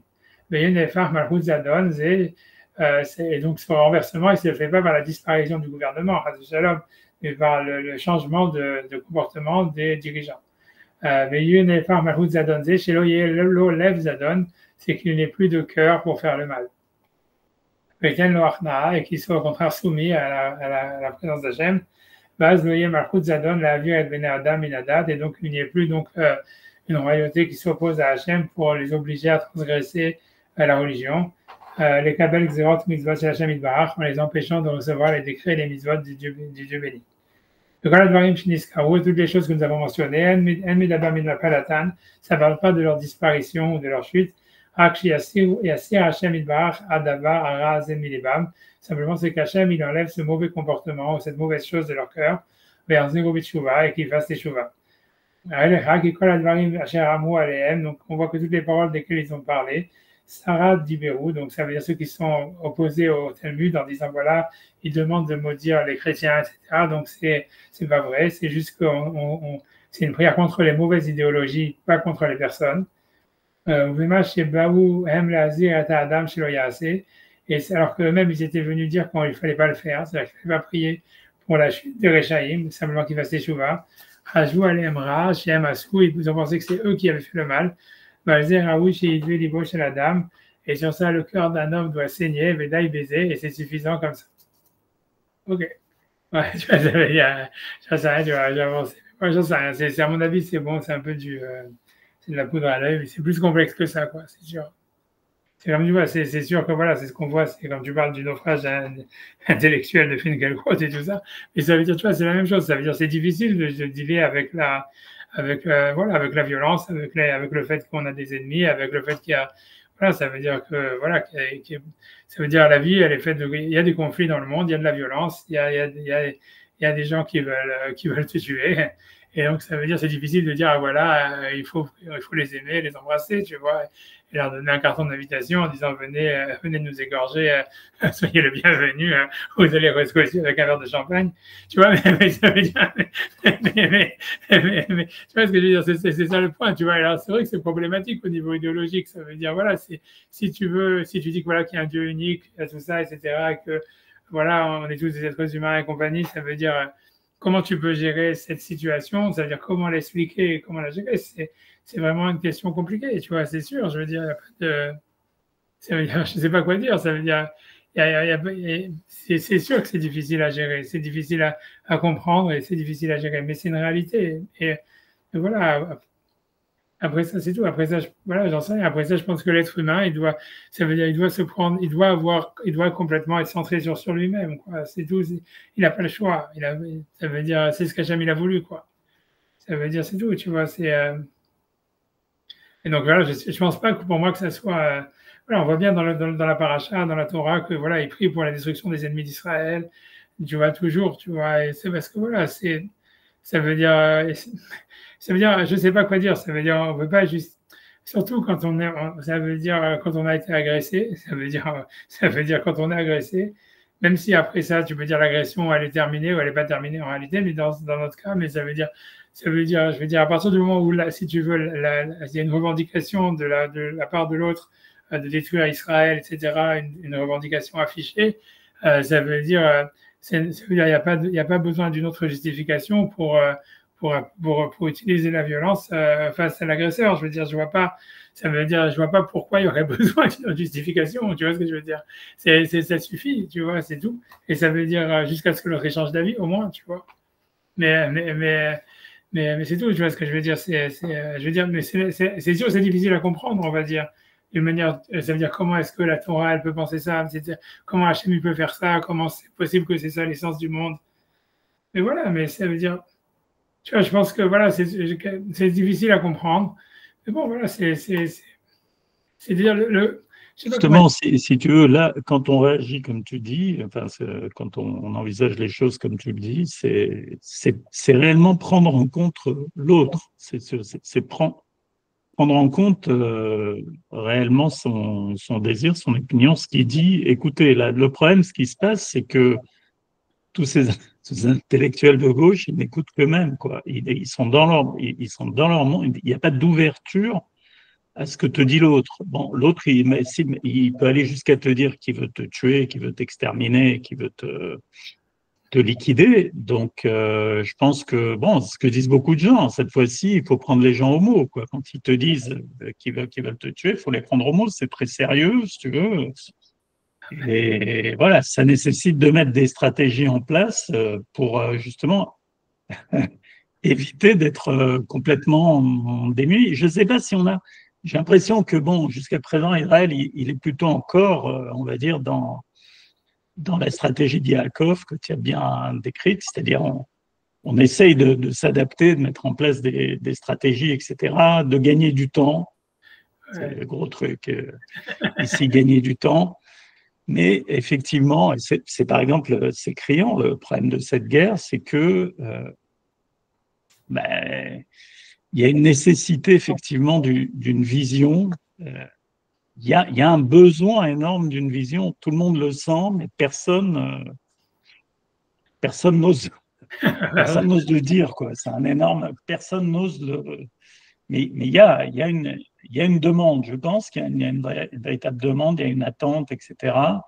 Parce qu'on a l'impression, la seule vision qu'on a, c'est la vision du peuple juif. Depuis, je pense que c'est de gagner un peu de temps, quoi. C'est la période des juges, quoi. C'est notre seul horizon. C'est notre seul horizon. Les choses n'ont pas vraiment changé, quoi. Qu'on soit en Israël ou qu'on soit en Galoute, ou qu'on soit en dehors d'Israël, la problématique pour l'instant reste la même, quoi. Sauf que voilà. Mais on peut être on peut être en Israël et être en Galoute en même temps. Voilà, ça c'est le monde moderne. Si, un peu, parce que. Et on peut être en Galoute en étant en Eretz Israël fortement. Non, c'est sûr, c'est sûr. De toute façon, il y a marqué que toutes les synagogues, elles font partie d'Eretz Israël. Comme ça, que toutes les yeshivot, quelles qu'elles soient, partout où elles sont, elles font partie d'Eretz Israël. Ouais. Ou les Khadashim qui roulent les épaules. Ah, j'en sais rien. Non, je sais pas. Ce qui est sûr. Non, mais Kol HaKavod, c'est vrai, d'avoir fait dans l'Aliyah, c'est une bonne chose. Moi, depuis des années, j'en rêve. La deuxième progressivement. Non, mais moi, ce que je pense, en tous les cas, ce qui empêche aussi Israël d'avoir une vision politique, une vision, voilà, simplement déterminée, c'est parce que, en fait, moi, c'est ce que j'ai vu, tu vois, c'est que comment, en fait, le pays va bien, à part ça, ça leur permet, en fait, de se contenter, de dire, mais voilà, tu vois, ça veut dire ce que j'ai l'impression, c'est qu'ils se concentrent, ça veut dire, sur ce qui va bien, et il y a beaucoup de choses qui vont bien, et qui se développent, etc., etc. Et donc, ça leur permet, si tu veux, de créer un point aveugle en ce qui concerne, tu vois, la bande de Gaza, ou pour dire les mots, ou les choses comme ça, tu vois, en disant, ah, ok, c'est un problème, tu vois, on peut, comme tout va bien, c'est comme si quelqu'un, il est en très bonne santé et qu'il a un petit problème quelque part, il a un ongle incarné ou un truc comme ça, il se dit, ok, il a une carie dentaire, il dit, ok, bon, on se soignera ça une autre fois, ou j'en sais rien, tu vois, ça veut dire. Je pense qu'il y a beaucoup de ça. Non, mais ça va pas bien. Enfin bon, il y a des jeunes qui meurent là. Enfin, sur le dernier mois là, depuis la guerre en Iran, il y a beaucoup en proportion beaucoup plus de réanimes qui sont tombés ces derniers temps que pendant le début de la guerre. Et c'est un vrai problème. C'est tous les matins, ils t'annoncent des jeunes de 19 ans, 20 ans, 21 ans, 25 ans qui partent. C'est un crève-cœur. Hein. Enfin, tout va pas bien, quoi. Oui, non, mais... Alors, on ne peut pas dire que tout va bien dans le pays. Enfin, de ce point de vue-là, enfin, il y a plein de problèmes de tous les côtés, mais là en particulier, ça, c'est assez fort, quoi. Ouais, non, je suis d'accord avec ce que tu dis, il n'y a aucun problème. C'est sûr que les soldats qui meurent, c'est pour ça que c'est un problème. Et ça montre aussi que c'est pas un génocide, parce que voilà, il n'y a pas beaucoup de nazis qui vont dans un camp de concentration.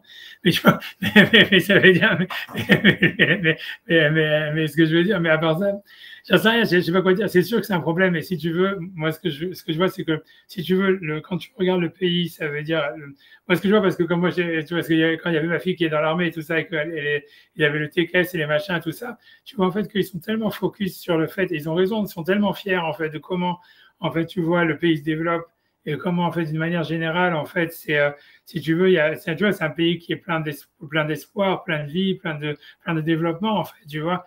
Et pour eux, c'est vrai qu'il y a des soldats qui meurent tous les jours. Pour eux, c'est très dur et ils savent que c'est un problème. Mais ça reste à l'échelle, tu vois, des succès du pays. Tu vois, ce que tu prends dans les 10 dernières années ou même dans les dernières années, c'est la manière dont le pays se développe, etc. Tu vois, c'est comme quelque chose, tu vois, que tu peux avaler, quoi. C'est pas comme si en plus tu étais tu vois, comme en France, dans une sorte de récession, machin, avec de l'insécurité, avec tout ça et des milliards de problèmes, tu vois, qui s'accumulent à l'intérieur et qu'en plus à l'extérieur, tu as ça. Là, ça serait un truc, tu vois, qui ferait tout sauter. Mais ça leur permet d'avaler la pilule. Ce que tu dis, c'est très vrai. C'est très vrai. Les gens font des gosses, les gens sont, malgré la guerre, etc., c'est un pays qui reste très dynamique, entreprenant, qui a une vision, mais avec une vision on a une vision. On a une vraie vision, mais l'angle mort, effectivement, c'est qu'on a du mal à considérer que des gens veulent nous tuer, quoi. Mais je pense que c'est ça le principe. Ça, c'est un truc, si tu veux, c'est un truc, c'est pas dans le champ de la pensée, c'est pas dans le champ de la pensée des Juifs. Mais c'est dans la Torah. C'est quelque chose d'inconcevable. Pourquoi on voudrait nous tuer, finalement? Qu'est-ce qu'on fait de nous? Mais je veux dire que depuis le début, c'est Caïn et Abel, c'est-à-dire que la Torah, elle fait que ça, de nous dire, on veut te tuer, et c'est que des mecs qui veulent te tuer depuis le début, de Yosef qui est fendu par ses frères, de Yaakov qui veut te tuer pareil, c'est-à-dire c'est du début jusqu'à la fin, la Torah, elle parle que de ça, tu vois ce que je veux dire? Et tu dis, ouais, tu vois, si tu me dis, ah oui, comment mais ça n'est toujours pas rentré, c'est l'angle mort, c'est le truc dont on ne peut pas parler, si tu veux. On ne peut pas parler de ça, on ne peut pas parler. Je veux dire, c'est impossible dans n'importe quelle conversation que tu peux avoir. On va dire, moi, j'ai des copains qui sont ici depuis 25 ans, etc. Bon, c'est israélien. C'est très difficile, quoi. Je veux dire, c'est très difficile. Mais même moi, je veux dire, c'est choquant. C'est choquant. Pourquoi tu te lèves un matin, tu nais, etc. Tu te dévoiles. Un jour, tu apprends qu'il y a des gens qui passent 24 heures sur 24 pour te tuer. Des gens que tu n'as jamais vus, des gens que tu... Pourquoi? Et puis, ce n'est pas l'histoire qu'on est en Israël ou pas en Israël. Ça, c'est un truc... Alors, évidemment, ça te force à... Mais comprendre le type en face de toi, c'est difficile. La vérité, c'est vraiment difficile, cette histoire. Très difficile. Très difficile.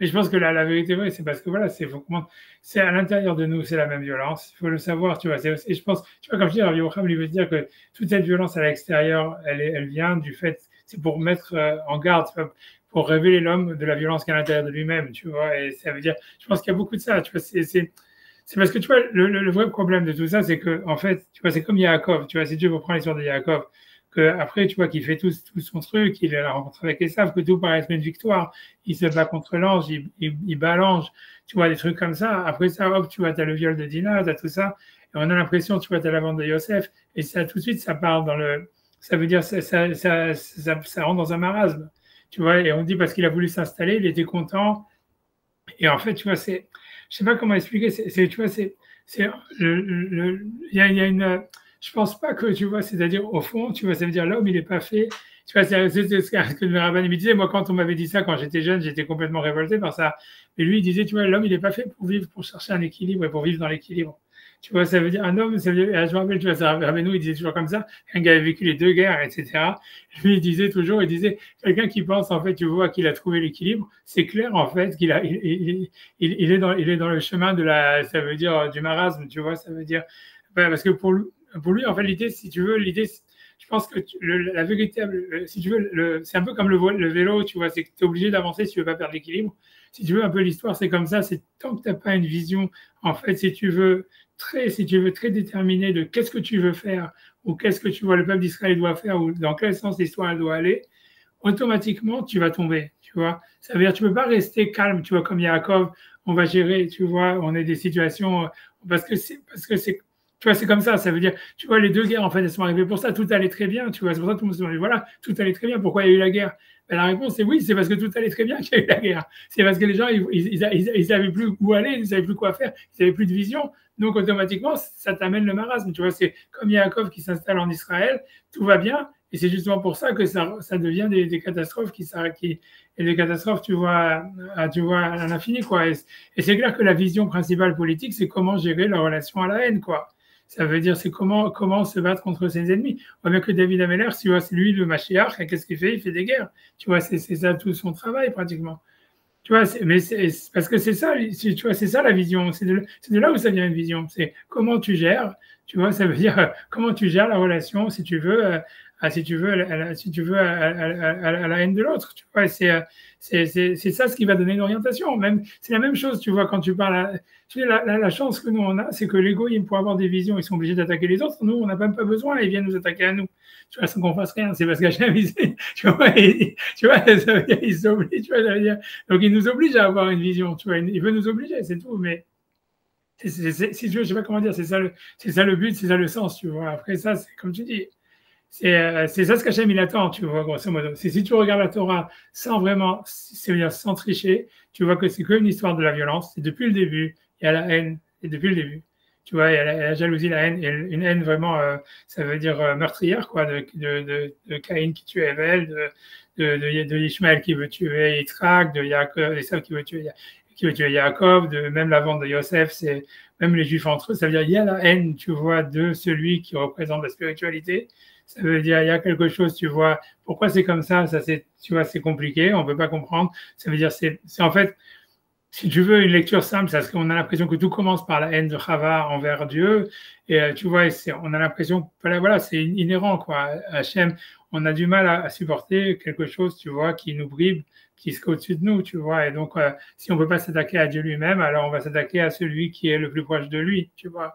Et donc, ça va être nécessairement comme ça, tu vois. C'est une révolte, mais c'est inhérent, tu vois ce que je veux dire. Après ça, le rôle de celui qui est le plus proche d'Hachem, c'est en fait, c'est de gérer cette haine, tu vois. Et alors, Yaakov, il essaye, c'est déjà un pis-aller. On voit que ça marche moyen. Et en fait, le but, c'est d'arriver à gérer cette haine d'une manière où en fait, voilà, où en fait, on a une vision, quoi. C'est comme David Ameller, où on dit, on va donner un rôle à chacun, ou tu vois, je sais pas, tu vois, c'est assumer le fait que tu vois, il y a une hiérarchie, on doit se battre, quoi. Il y a tout ça, il y a pas de, je sais pas comment dire, tu vois. C'est sûr que on peut pas voir la Torah autrement que ça, quoi. De toute façon, et Hachem, il va nous forcer à aller dans cette direction. Tu vois, c'est aussi simple que ça, tu vois. C'est aussi simple que ça.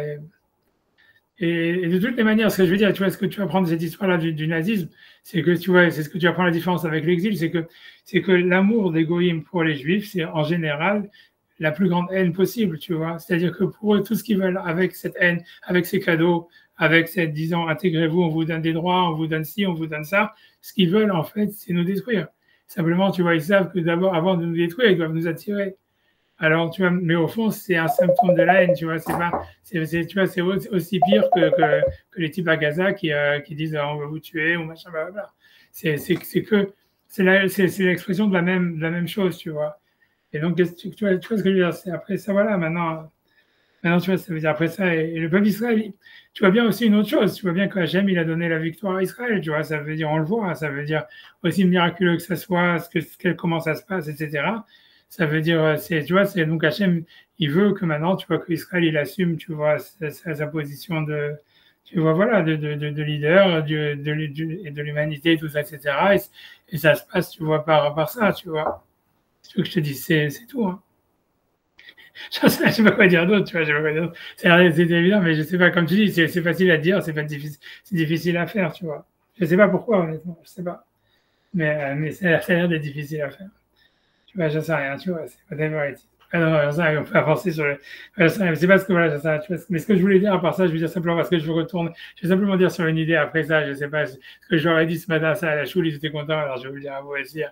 Tu vois, c'est un truc, tu vois, que je sais pas, c'est lié à ça un petit peu avec cette histoire-là. C'est un truc important que j'ai vu dans Manitou, dans un shiur qui donne sur le Shahar Hora.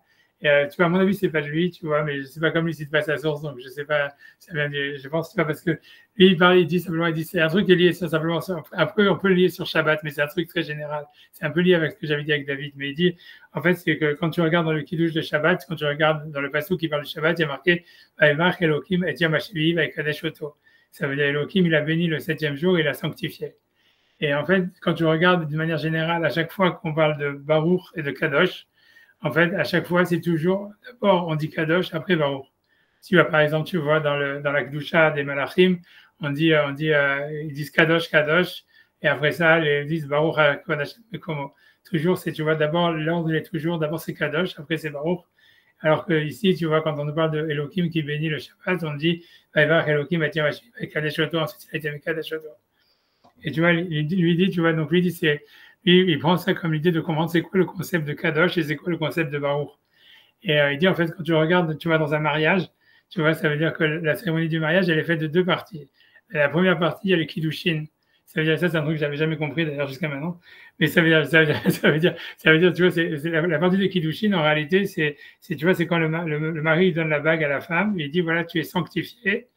Et il interdit sur tout le monde, mais il n'interdit pas simplement sur tout le monde, il interdit aussi sur lui-même. Quand tu regardes, quand tu fais la bracha, on dit, maintenant, parce qu'on a, la Gemara dit qu'un khatan, il ne peut pas avoir des relations avec sa, si quelqu'un a des relations avec sa kala avant les Shiva Brachot, c'est comme s'il a des relations avec une femme nida. Et en fait, et même la bracha qu'on fait sur les Kiddushin, c'est justement, on dit, Baruch Hashem, Asher Asar Lanu et Arusot, qui nous a interdit les fiancés, mais dire là, nous, est un essuat, les découpes avec Kiddushin. Donc, ça veut dire, en fait, c'est la Kiddusha qu'on fait quand on donne la bague, c'est pas, tu vois, c'est pas une bague, c'est pas simplement qu'on l'interdit, en fait, ça veut dire sur tout le clan d'Israël, sur les autres, c'est on l'interdit même sur soi-même. Et ensuite, tu vois, ça veut dire, puisqu'on dit, ça, la nourriture roussat, pour moi, parce que moi, je m'étais toujours demandé, tu vois, ça veut dire, parce que je me rappelle, moi quand je faisais mes Seder Kiddushin à Manhattan, tu vois, ça arrivait jamais que les femmes, elles étaient vierges au mariage et qu'elles avaient eu des relations déjà avant avec leur truc. Et moi, je leur disais, tu vois, quand je faisais les cours et tout ça, expliquer c'était quoi le mariage et compagnie, pourquoi est-ce qu'on faisait les Shiva Brachot, et ils me disaient tous, oui, mais en fait, nous, on vit déjà ensemble, tu vois, alors quoi on va faire maintenant, tu vois, la bracha, tu vois, ça veut dire, ça, t'as Roussot, et tu vois, c'est la bracha, etc. Et moi, j'avais jamais quoi leur réponse, je dis, bon, on s'en fout, c'est ça le nossard, tu vois, qu'est-ce qu'on va faire, on va pas, tu vois, ça veut dire, j'en sais rien. En fait, tu vois, maintenant, j'ai compris l'histoire, c'est que c'est pas vrai, c'est que, en fait, c'est possible que, tu vois, ça veut dire d'après la Lara, c'est-à-dire 2 célibataires, en fait, d'après la Lara, ils n'ont pas l'interdit d'avoir des relations ensemble. Tu peux dire, tu vois, ça veut dire donc, quand est-ce qu'on fait la bracha, l'interdit commence comment il donne la bague. Tu vois, et donc c'est pour ça qu'on peut faire la bracha. Parce qu'il y a un moment où elle est interdite. Le moment où elle est interdite, c'est du moment où il donne la bague, au moment où on fait les shabrachot. Et ça, tout le monde respecte. Tu ne veux pas vraiment avoir. Et ça suffit pour que la bracha soit. Je n'avais pas pensé à ça. C'est comme me poser la question, je ne savais jamais quoi répondre. Tu vois, mais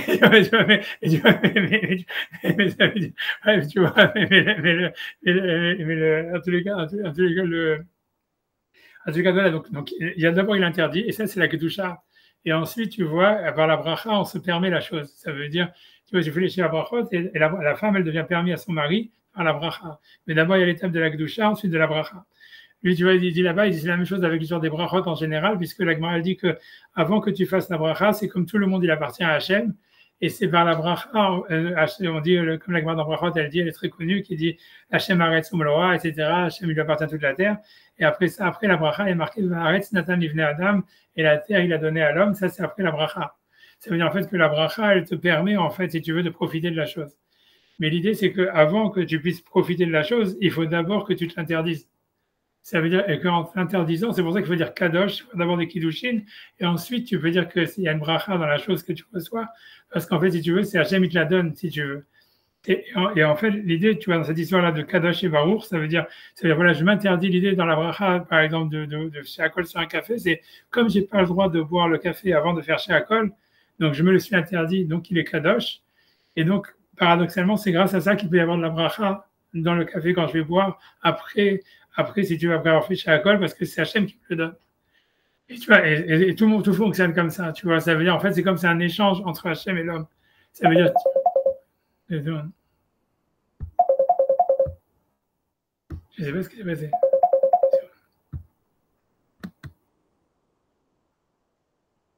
Excusez-moi, il y a eu un appel et ça a fait sauter le truc. Mais c'est bon, excusez-moi. Mais en tout cas, c'est un échange entre Hachem et l'homme. Ça veut dire, grosso modo, tu vois, ça veut dire, grosso modo, c'est que quand toi, tu sanctifies la chose, c'est-à-dire tu l'attribues à Hachem. C'est pour ça que le passage qui dit, l'Hachem, avant la bracha, Hachem arrête soumlora, tout appartient à Hachem. Donc, je m'interdis tout pendant un moment. Ça veut dire, c'est ça, de ne pas manger, de ne pas boire le café avant la bracha, ou de ne pas avoir des relations avec sa femme avant d'avoir fait les kiddushin. D'abord, tu dis, c'est Hachem, cette femme, elle appartient à Hachem, elle interdit à tout le monde, elle est kadosh. Mais une fois que tu fais la bracha, c'est justement parce que tu l'as donné à Hachem qui peut te la donner. Et à ce moment, la bracha, c'est qu'Hachem, il te donne. Il te donne la chose personnellement. C'est pas que tu le prends pour toi. C'est Hachem, il te le donne. C'est comme si une fois que tu es passé par une étape où tu as sanctifié quelque chose pour Hachem, dans la deuxième étape, Hachem, il a sanctifié pour toi. Si tu veux, maintenant, c'est ton café, si tu veux aussi. C'est-à-dire, c'est Hachem, il a sanctifié. Parce que sanctifier, c'est leur destinée. Ça veut dire que Hachem, tu vois, en échange, il destine la chose qu'il te donne pour toi. Tu vois, c'est quelque chose maintenant qui t'est donné. C'est pour ça, V'aretz Natan Livnei Adam, où Hachem, il te le donne d'une manière, si tu veux, physique, tu vois, quelque chose comme ça. Et c'est comme ça que le mécanisme entre Kadosh et Baruch, il fonctionne. Ça veut dire d'abord, toi, tu sanctifies, et ça veut dire que tu destines à Hachem et tu t'interdis. Et ensuite, tu vas par la bracha, c'est Hachem, il te donne et il sanctifie la chose pour toi, si tu veux, et, grâce à la bracha. C'est comme si Hachem, maintenant, il le destine cette chose à toi, personnellement, parce que toi, tu l'as sanctifié d'abord à lui, d'abord.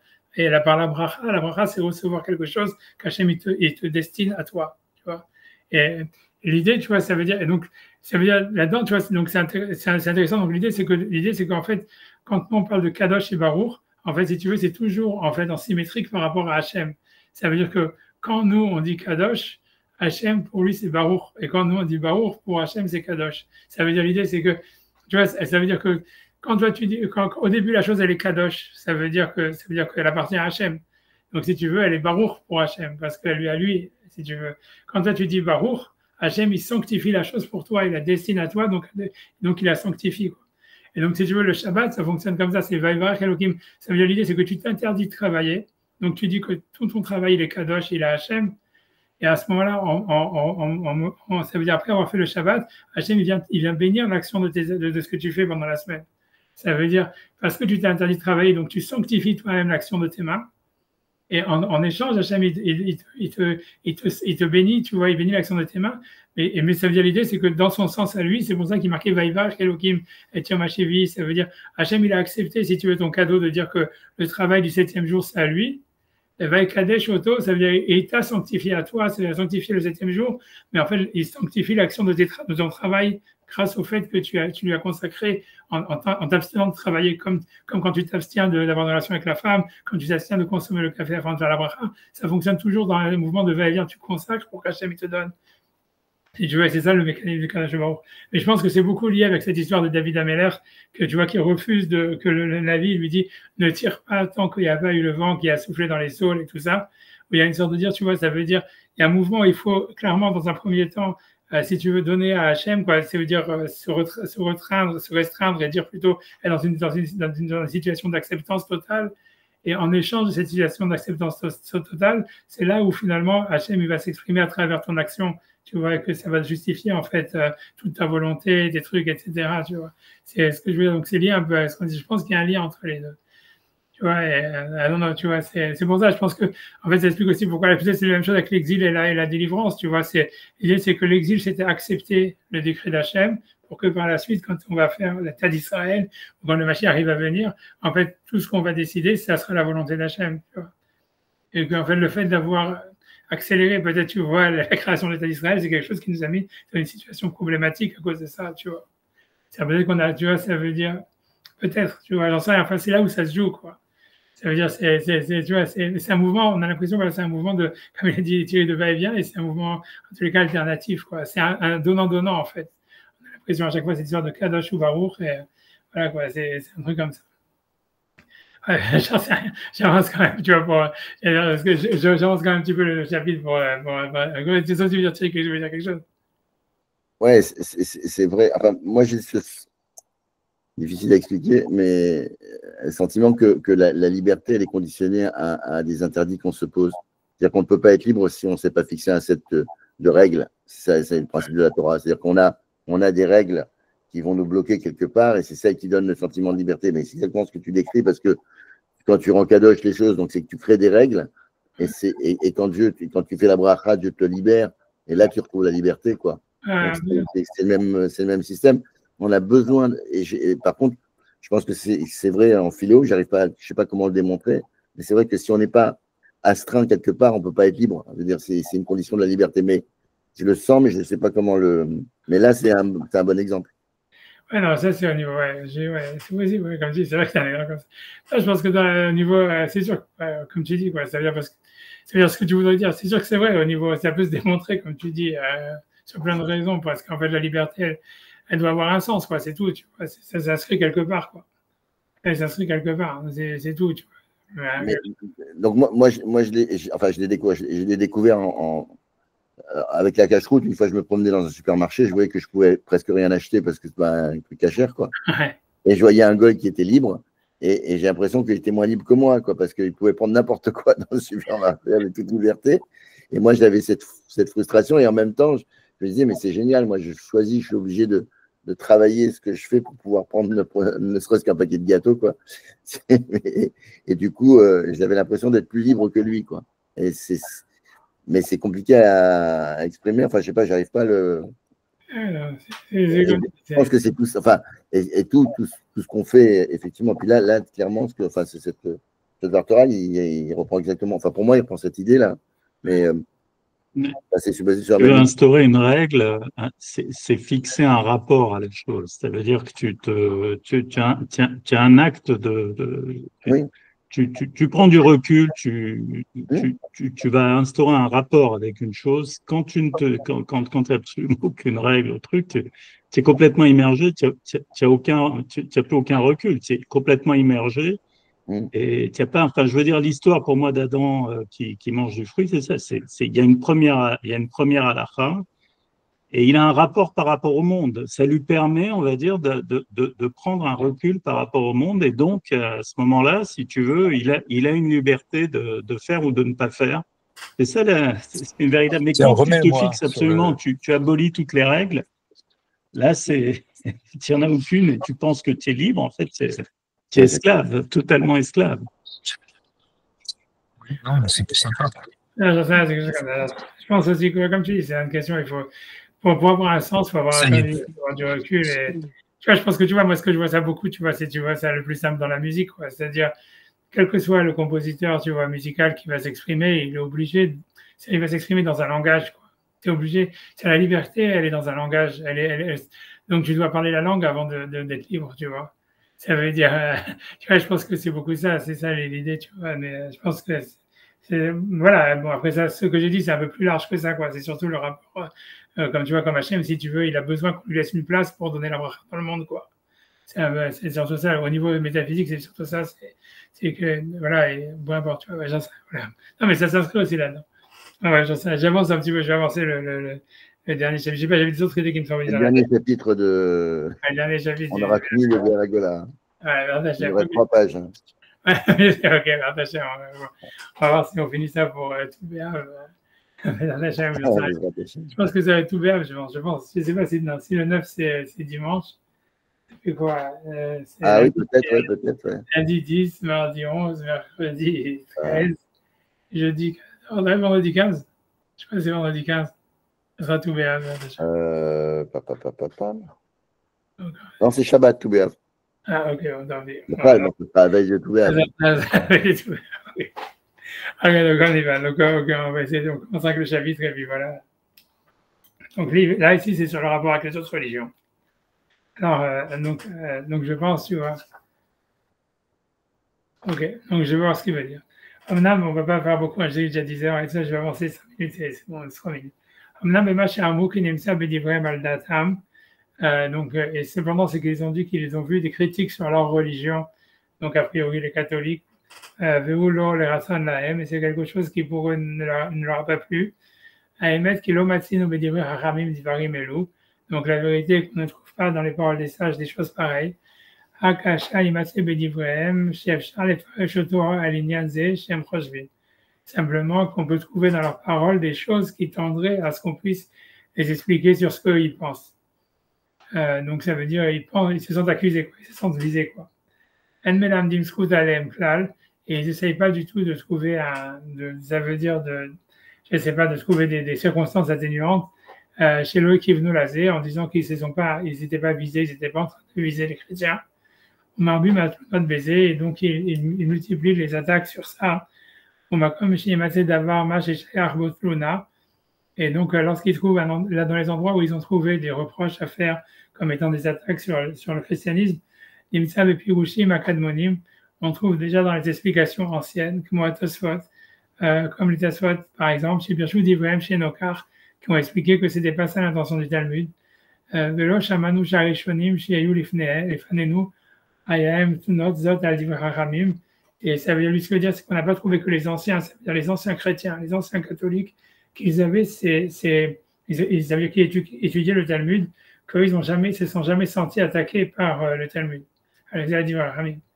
Donc, ce qui veut dire, c'est pourquoi en réalité les chrétiens modernes de son époque, c'est maintenant qu'ils se sentent attaqués par le Talmud, alors que dans le Moyen Âge où les Juifs, les chrétiens étudiaient le Talmud, ils ne se sentaient pas attaqués par lui. Et les Tosfot et les Rishonim comme Rashi, etc., ils avaient fait une explication du Talmud qui si tu veux, qui allait qui allait de pair avec le christianisme. Donc lui, il s'interroge sur le phénomène moderne, quoi, de l'antisémitisme ou de l'anti-Talmud, si tu veux, de son époque, quoi. Donc, donc on voit pas que les anciens, même chrétiens, ils avaient en fait des attaques sur le Talmud. Donc sur des choses qui sont écrites dans des livres qui étaient déjà très connus. Donc ça veut dire, ça peut être que pour deux raisons, ça veut dire qu'ils se sentent attaqués par le Talmud, les chrétiens modernes, ou bien c'est parce qu'en fait ils se sentent attaqués parce que c'est ça la lecture spontanée, on va dire, bien que c'est pas la lecture savante. Mais quand on fait attention, on voit que c'est pas ce que le Talmud voulait dire. Donc, ou bien parce qu'ils ne pensent pas qu'il peut y avoir une sorte de, ça veut dire de reproche quelconque. Je ne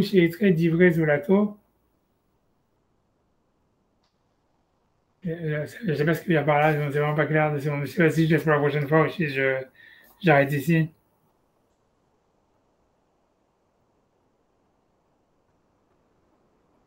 J'arrête ici, je laisse ici. Ah, il va y avoir en tous les cas un bon jeune. Et comme calme. Avec que des bonnes choses, et voilà. Et j'aime que tout se passe bien en Israël. Pour tout le monde. Merci. Merci pour tout. Bye bye. Ouais, mais je peux rajouter un truc qui est en cours, tu vois, mais ça veut dire. Non, mais je pense que voilà, tu vois, parce que je parlais, tu vois, une fois, ça veut dire, je discutais avec quelqu'un et je disais comment ça se fait. On parlait, est-ce que ça existe des pressions chez les enfants? Et chez les bébés, tu vois, je parlais pas vraiment vers l'âge, tu vois, 8-9 ans, mais avant, quoi. Et ça veut dire que, tu vois, là, ouais, les psychiatres modernes, ils disent que oui, tu vois, etc. Moi, j'en sais rien, moi, je pense pas. Et ça veut dire, parce que moi, j'expliquais qu'en fait, c'est un peu ce que je disais sur Israël, c'est que tant qu'un bébé, en fait, comme il se voit grandir, ça veut dire, il sait, en fait, qu'il est en train de manger pour le futur. Je sais pas vous expliquer, tu vois, ça veut dire, il sait qu'il est en train de vivre pour un futur, pour quelque chose d'autre qui va devenir, tu vois. Et donc, quand quelqu'un il a une vision, tu vois, ça veut dire, il sait qu'il est en train de grandir, et il voit qu'il est en train de grandir. En fait, si tu veux, il peut pas être déprimé, grosso modo. C'est parce qu'il vit pour quelque chose d'autre qui est à venir, si tu veux. Et un bébé, en fait, je pense qu'il a ça vraiment d'une manière très, très bulletine, qui sait qu'il est en train de grandir, qu'il est en train de se développer. Et donc, tu vois, c'est presque impossible pour lui, si tu veux, d'être triste, etc. Parce qu'il a justement, même s'il ne sait pas où il va, il sait qu'il est en train d'aller quelque part et d'une manière très, très, très nette. C'est pour ça que je pense que l'État d'Israël, c'est un peu par rapport, c'est un peu la même chose. Ça veut dire, ils ont du mal, si tu veux, en fait, à confronter leurs problèmes parce qu'ils sont tellement en train de grandir que tu vois que pour eux, bon, ok, c'est un petit problème. Tu vois, c'est dur. J'ai pas dit, comme il dit, c'est sûr que c'est un problème. Ils le savent, etc. J'ai pas dit qu'ils sont insensibles, etc. C'est des morts, c'est ce que tu veux. Mais ça veut dire le côté, ce qu'il est normalement un peuple normal, il aurait déjà élu un leader qui aurait dit bon voilà, on décide de faire ça, quelle que soit l'opinion internationale, quelle que soit ça, c'est comme ça et c'est fini. Quelle que soit la solution qu'ils trouvent, ils en auraient mis une définitive depuis longtemps. Mais ce qui les empêche de faire ça, c'est parce qu'ils sont tellement en train de grandir d'un autre côté qu'ils disent bon ok, on a un petit problème. Ça veut dire il laisse un peu, tu vois, il le laisse et il gagne du temps, voilà. Mais ce qui est, tu vois, c'est en France, et si jamais il y avait un problème comme ça, jamais on aurait temporisé. Parce qu'on n'a pas ce luxe, tu vois, on ne peut pas se permettre d'avoir un problème comme ça qui te ronge. Israël, en fait, il a une certaine manière, il peut se permettre ce luxe parce qu'il grandit, il est en pleine expansion, quoi. Et spirituel et matériel. Tu vois. Déjà, pour le truc pour les enfants, je ne crois pas parce qu'ils peuvent avoir des dépressions pour d'autres sujets que, je veux dire, l'absence de quelqu'un, il y a beaucoup de sujets qui peuvent les déprimer en dehors de. Enfin, qui peuvent objectivement être déprimants, quoi. Bien que ça peut être compensé en partie compensé. Ils sont rarement tristes, ils sont joyeux. Enfin, c'est ce que j'ai. Joyeux, on disait, c'est l'histoire de La vie est belle. Là, dans les camps, les gamins, ils continuent à rire, quoi, parce que c'est un enfant, quoi. Heureusement. Je pense que c'est ça la source de son bonheur. Ouais, ouais. Mais bon, maintenant sur Israël, je pense que c'est vrai quand c'est des petits événements, mais là, c'est un truc qui dure longtemps, quoi. Je veux dire, c'est un peu comme il y a eu deux trucs comme ça a été la guerre du Liban, la première guerre du Liban où ils sont restés très longtemps, et là où ça handicape vraiment le pays, c'est beaucoup plus lourd que des opérations comme ça, comme la guerre avec l'Iran, des choses comme ça où c'est très dur. Mais c'est sur un temps court. Malgré tout, c'est pas du tout un pays dépressif. Non, je n'ai pas. Non, c'est pas des. Bah, évidemment, il y a quelques. Moi, je suis au cœur de la gauche israélienne, là où j'habite. C'est vraiment avec tous les. Le pire, la crème. Les types qui sont à Kaplan, etc. Mais bon, si tu veux, ça, c'est des gens qui, en vérité, n'ont pas encore abdiqué une identité européenne, pour moi. Mais bon, c'est vrai que de l'autre côté, c'est difficile de voir vers où aller. C'est ce qu'on connaît depuis 2000 ans, donc c'est compliqué. Mais c'est vrai que, comme disait Laura Valichez, on est poussé à chercher des solutions, à inventer. Même Netanyahou, là, on l'a mis au pied du mur, mais c'est quoi votre vision? J'ai dit là, récemment, il y a ce que je disais là, ma vision, mais c'est celle des prophètes, on va s'attribuer la terre d'Israël, etc. Il a dit ça dans un truc un peu interne, mais voilà, quoi. On nous pousse un petit peu à coller au texte d'une certaine façon. C'est assez incroyable. On verra. On verra, mais on est optimiste. Mais moi, mon expérience, c'est que, je veux dire, il y a beaucoup plus de positivité. En France, c'est dépressif. Dès que je mets le pied en France, là, tu es assailli par la dépression immédiatement. Et ça n'a rien à voir avec le fait d'être juif ou pas, si tu veux. C'est le pays lui-même qui dégage une dépression. Même tous les Français sont complètement comme ça. Tu regardes et ils sont les derniers dans les classements des gens les plus heureux. C'est eux qui prennent les plus d'antidépresseurs. Enfin bref, ils ont tout pour être. C'est comme va expliquer, je ne sais pas. Ici, personne n'est malheureux. Ici, ils sont tristes. On est déchirés, on voit les soldats. Et c'est un truc terrible, je ne sais pas comment expliquer. Mais d'un autre côté, effectivement, on voit que le pays il va de l'avant tout seul, quoi. Comme ça. Bon, on verra en tout cas, Khazak. Voilà, on espère passer le dernier Tisha B'Av. Bon jeune. Merci beaucoup. Merci à vous.